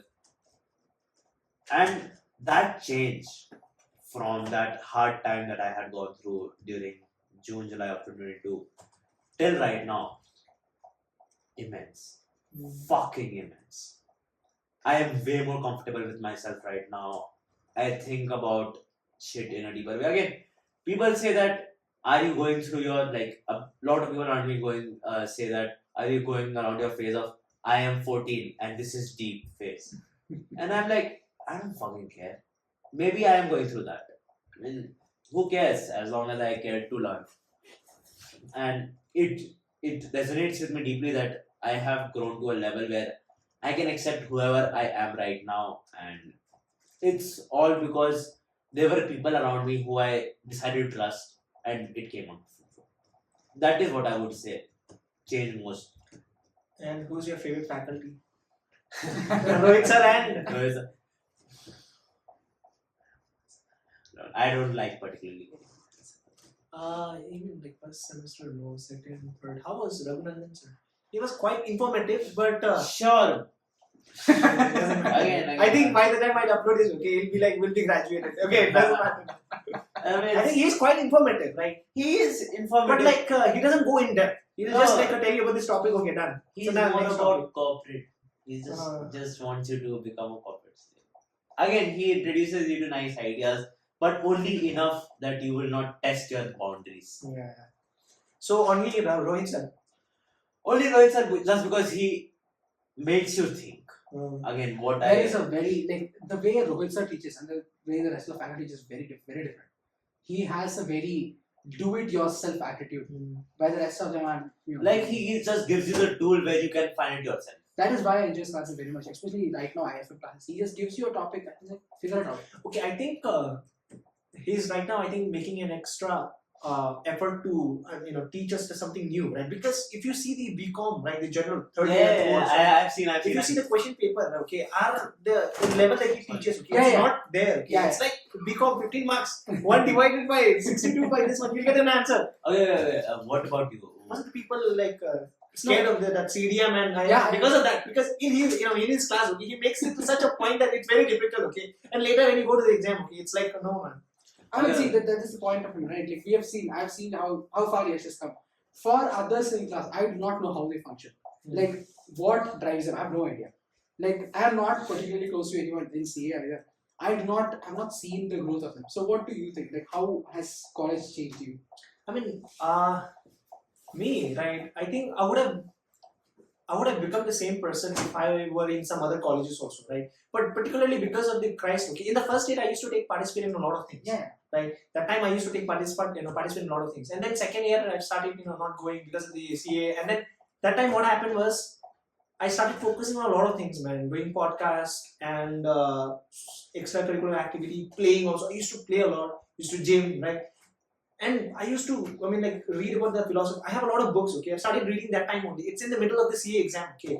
And then because of that, and then I used to, spend a lot of time with the Saurabh because we go out a lot, party a lot, okay. And because of that, okay, I failed in CA. And then I was like, I'm doing a lot of things, right? But I'm not doing anything. That kind of a thing, okay. And then I started, thinking again, right? And then by the time, we had like 1 month holiday, okay, for the next exam, right? We just had 1 month. And then I started studying everything again, okay. Now I understood proper concept, okay, income tax and all, right? And then we have an exam. And then there, okay, I failed again, right? Now I think I have a slightly, more time right now to, prepare for both the groups. Now I think I'm happy about it. And apart from that, I think I've improved my social skill also because in Tibetan, in Masuri, okay, I mostly speak in Tibetan, yeah, to some extent English, to Hindi a lot because we have a lot of Indian students. And here I think I've improved my, communication skill a little bit because of this podcast, especially. But okay, you are talking about family profession, but what about personal growth, would you say? Personal growth, I think I've started, questioning, I've started exploring, and I think I've developed a curiosity in this college, right? Because I like studying about a lot of things, psychology, this one, finance, to some extent maths, not as deep as you guys, but yeah, because of all of this. I would say if a college does not provoke thought in you, there's no point in the college. I feel like the reason why you attend college is so that you can solve problems in life. And if college doesn't make you question it, then I don't think anything will. I generally do not think this college contributes to anything other than Rohit's class to my intellectual level. Even Rohit sir's class, right? You can study the same thing on YouTube, right? You can, but again, in YouTube as well, now they just give you the solution. They just give you the answer straight point. I would say Rohit sir is a good teacher, right? And I would differentiate how do I define a good teacher and an extraordinary teacher is that a good teacher will teach you what is there in the academic, right? Yes. But extraordinary teacher will teach you beyond that. And I didn't see any faculty who's like a very extraordinary teacher, right? So yeah, Rohit sir was a good teacher because he'll teach you exactly what is there, right? Apart from that, yeah, if you go and ask him about things, yeah, he might tell you, right? But they did to some extent. But That is all now. Like as if we see his actual profile, he does not need to teach us at all. He just teaches because I do think he just appreciates teaching. He just wants to make us aware about certain things. And what I've seen is that most of the CA that they come, right? CA Rejo sir and even CA ma'am, or what is her name? Sunita ma'am, right? They come to college and teach not because they want to teach, but they want to improve their skills, like a teaching skill, communication skill. Okay? That's why they want to come. Not just that, I have noticed that the more up the corporate ladder you speak to, the more higher it is, the more difficult it is for you to extract information from them. Like no one goes around saying how they do their job. That is very difficult for them to say. But if you take a look at that, is why I feel like rather than focusing on industry professionals in our college, we need actual academicians, like people who know how to teach. Yeah, that's the thing. Because like Virtuoso and some faculties, right? They don't know how to teach. They might be having the knowledge. I don't know. Reju sir, I think he has a good knowledge, man. If you ask about the complex things, right? Especially when we go and ask in Hindi, okay, he'll explain everything in proper, okay. But in a class, he's not able to teach us, properly. Now I think IFRS, we don't have IFRS sir, right? Yeah, Vishal sir. Now I think Reju sir is back, so he's gonna teach us. For us, it's Sunita ma'am. Okay, IFRS. Yeah. She's okay, I think. Yeah, she's okay. She's okay. She does what needs to be done, right? Yeah, she'll teach you about this. I mean, if you're interested in a subject, then she will teach you. Again, that is the whole point of the thing, being interested in the subject. But I think to some extent, I think I agree also with the, you have to, understand the teacher's perspective also, right? Yeah. Once you just imagine, okay, there are some faculties, okay, who are teaching for almost like 20 years. Same topic.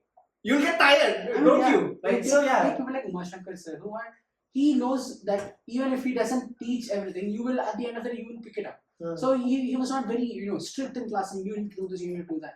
He knows what students will do, what they'll do to, pass the class. And I don't think anyone would dare to go up against him. But yeah. I think, the teacher, right, I think they lack that interest to teach.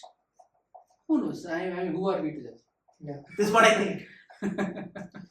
I mean, because I'll tell you, okay, sorry. In CA, that what we are studying in our academy, right? They have that desire to teach.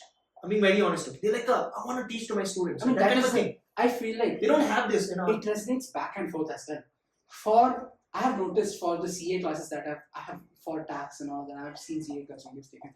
It is that students want to learn. But if you take a look at art class, for example, it is not an environment where an academician or Rohit sir is able to teach in such a way because he's able to handle the classes. Right? No one would dare speak in the middle of Rohit sir's class.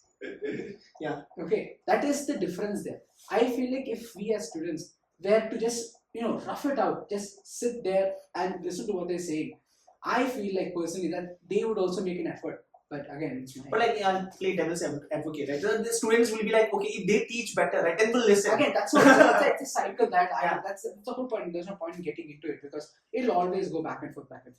Again, all of us. Yes. Okay, so do you rather want to be rich and anonymous or poor and famous? Rich and anonymous. Rich and anonymous, what do you think? Poor and famous. Poor and famous means not in poor, not in your Poor and poor in like your freedom, because once you're famous, right, you don't have that freedom to go wherever you want, right? So what do you think?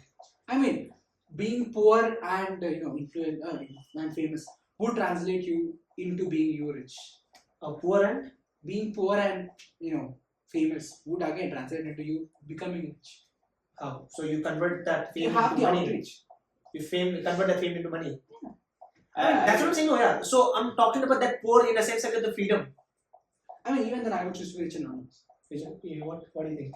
because I know exactly what I want. I require more information for those situations. I require more friends. So if I am rich and anonymous, what is the criteria for that? What is the I mean, like You are mentioned about the roadside, right? I'm talking about the same thing. Roadside, they have a lot of money, but you are rich, but no one knows who you are. Ah. I mean, sure, I would obviously I will choose. I mean, that is the thing Rich and about anonymous. that is the thing I don't like about celebrity life, right? Once you are into celebrity, you have no freedom whatsoever. That is, I personally I feel like freedom is much more important than money. If you can't go out in the middle of the night, there's no point in having I mean, this But is yeah, like there are saying, some people who are fine with it. this is like a question they're asking: are you in a win-win or a lose-lose? Yeah. This is You a are question. poor and you're famous. You can't go out. You don't have money to solve it either. It's like you are a criminal. You're fucking criminal who steals a lot, just stealing stuff, and generally just become unsuccessful, and you became famous It's because like you if Pablo Escobar was not killed. But Yes. So just Yes. okay. This question just like I mean, it's like a quote, man. So that's why I asked. Because What about you? What about you?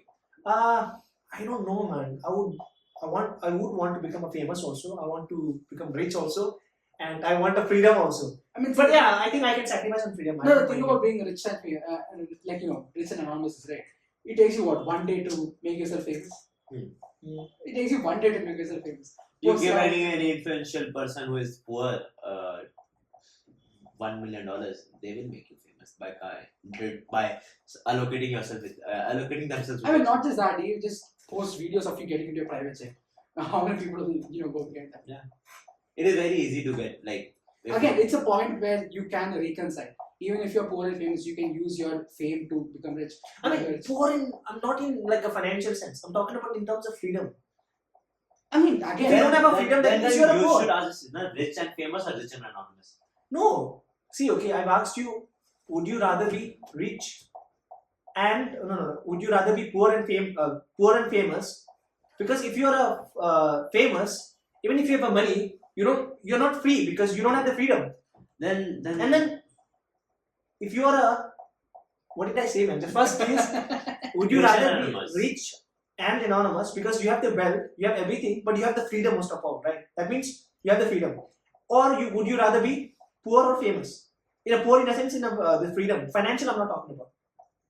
so basically, So- in both sense, you're financially rich. Financially stable, yeah. But like in the first one, you are very rich. In the financial also. I mean, I feel like anyone would pick, what do you say, the first point, because it is very easy to translate in today's economy money into influence. I do not think anyone would pick. I think a lot of people, again, think as most a of social people- perception. It depends, right? Most of the people I think would prefer like a fame, man. Yeah, because again, as I said, we are discussing on the start Social of this social perceptions. We're perception. social but- animals, right? Yeah, we are social animals in the end. Why are we called a civilization rather than individual? And I don't think it's going to change also. Because it's been from the, like, how many thousands of years, right? And I think it'll still continue, right? The social, animal. We're a social animal and we want validations, validations. And yeah, there are percentage of the people, like you, who don't care about social perception. And, okay, so once you want to, at what age do you want to get married? Yeah, well, I would say, 30-ish? yeah, around 30ish, because personally I feel like, yes, marriage is a very important thing in a person's life. But, yeah. Do not ask this. This man is tied up. but it is very important for us to grow as well. Yeah. As even if you take a couple, it is very important for them to grow personally with each other. And one of the main reasons why even compatible couples don't end up together is because personalities can, brush against each other. And even if it's compatible, after say 10 years, it becomes incompatible. Like you never know what could I happen. think. Do you know why? I think why I think that most of the divorce happens because once you reach a stage, okay. So initially, once you get married, okay, you know each other, right, properly. And then once you have a child, okay, then what happens is the growth of the woman, right? It actually slows down because now she has to focus more on her, child, right? Whereas the male, right, they do focus, but they focus more on their growth also, right? And then after like a good 5-6 years, okay, the growth, right?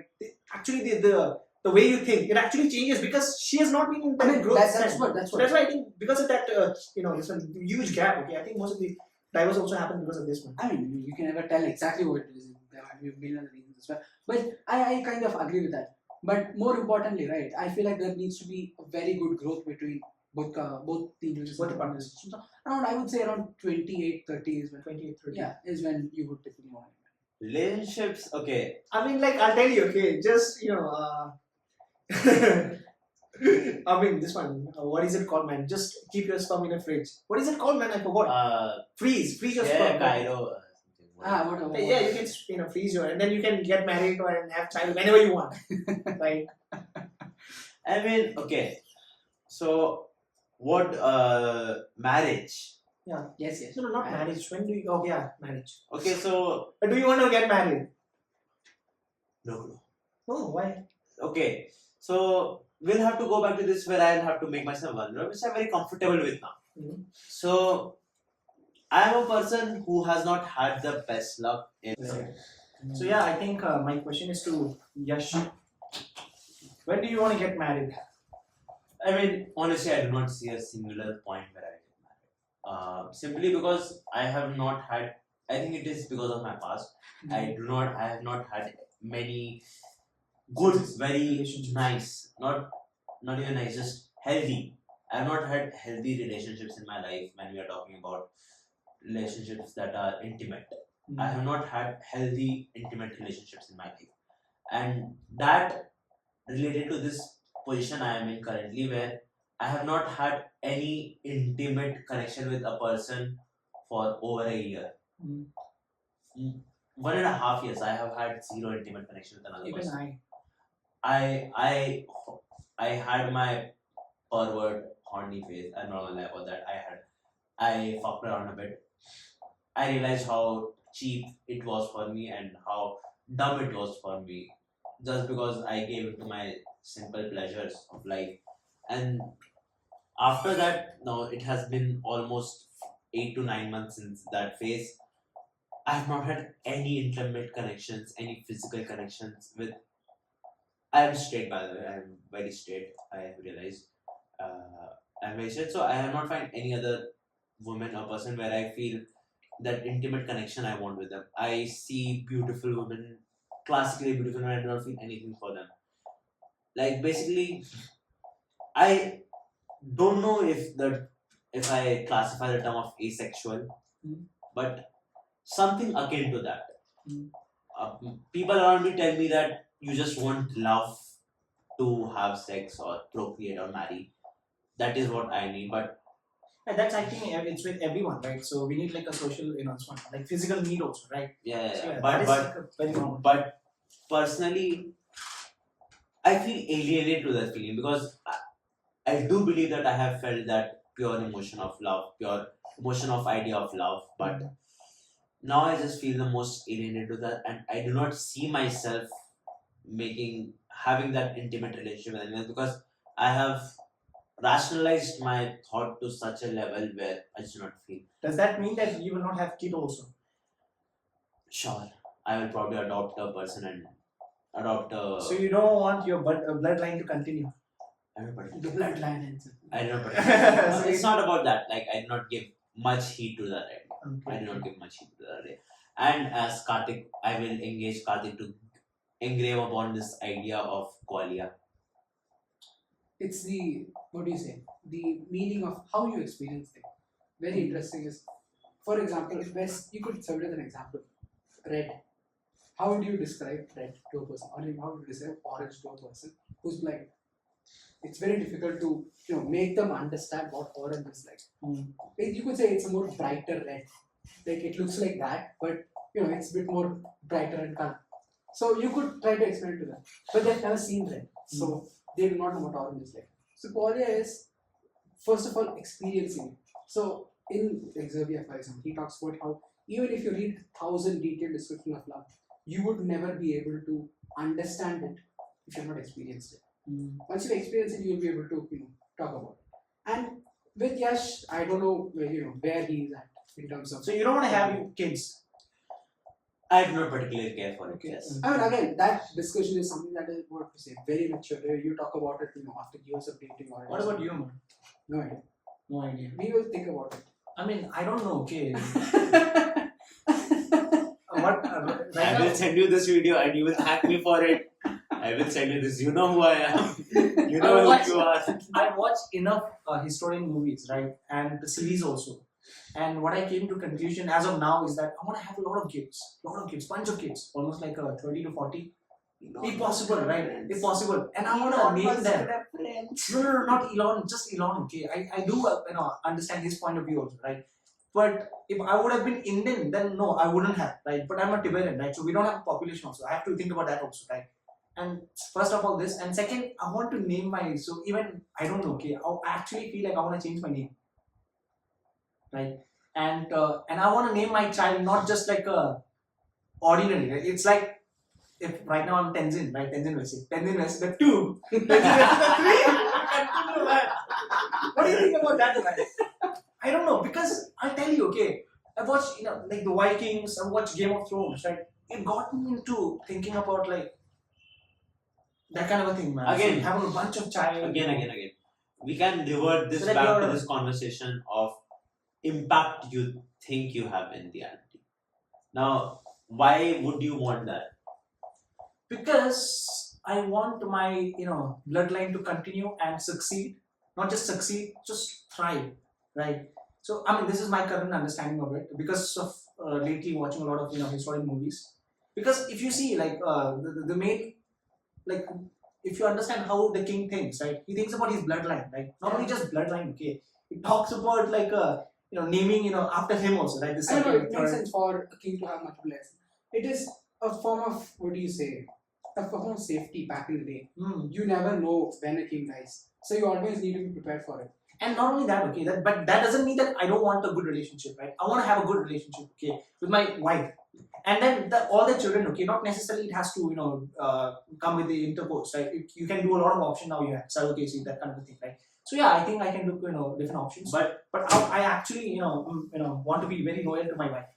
But okay, another thing I would say, I agree with this idea of having kids.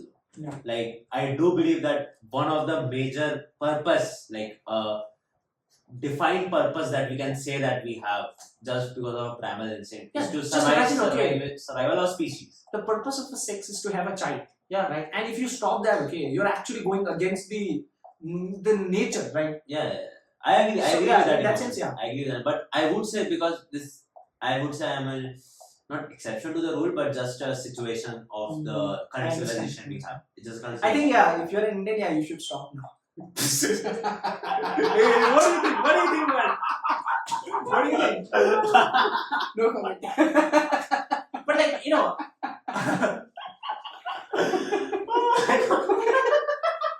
Why? Okay, No, it took me a second. I was zoning out a little bit, and then just started talking. Oh, okay, that's what happened.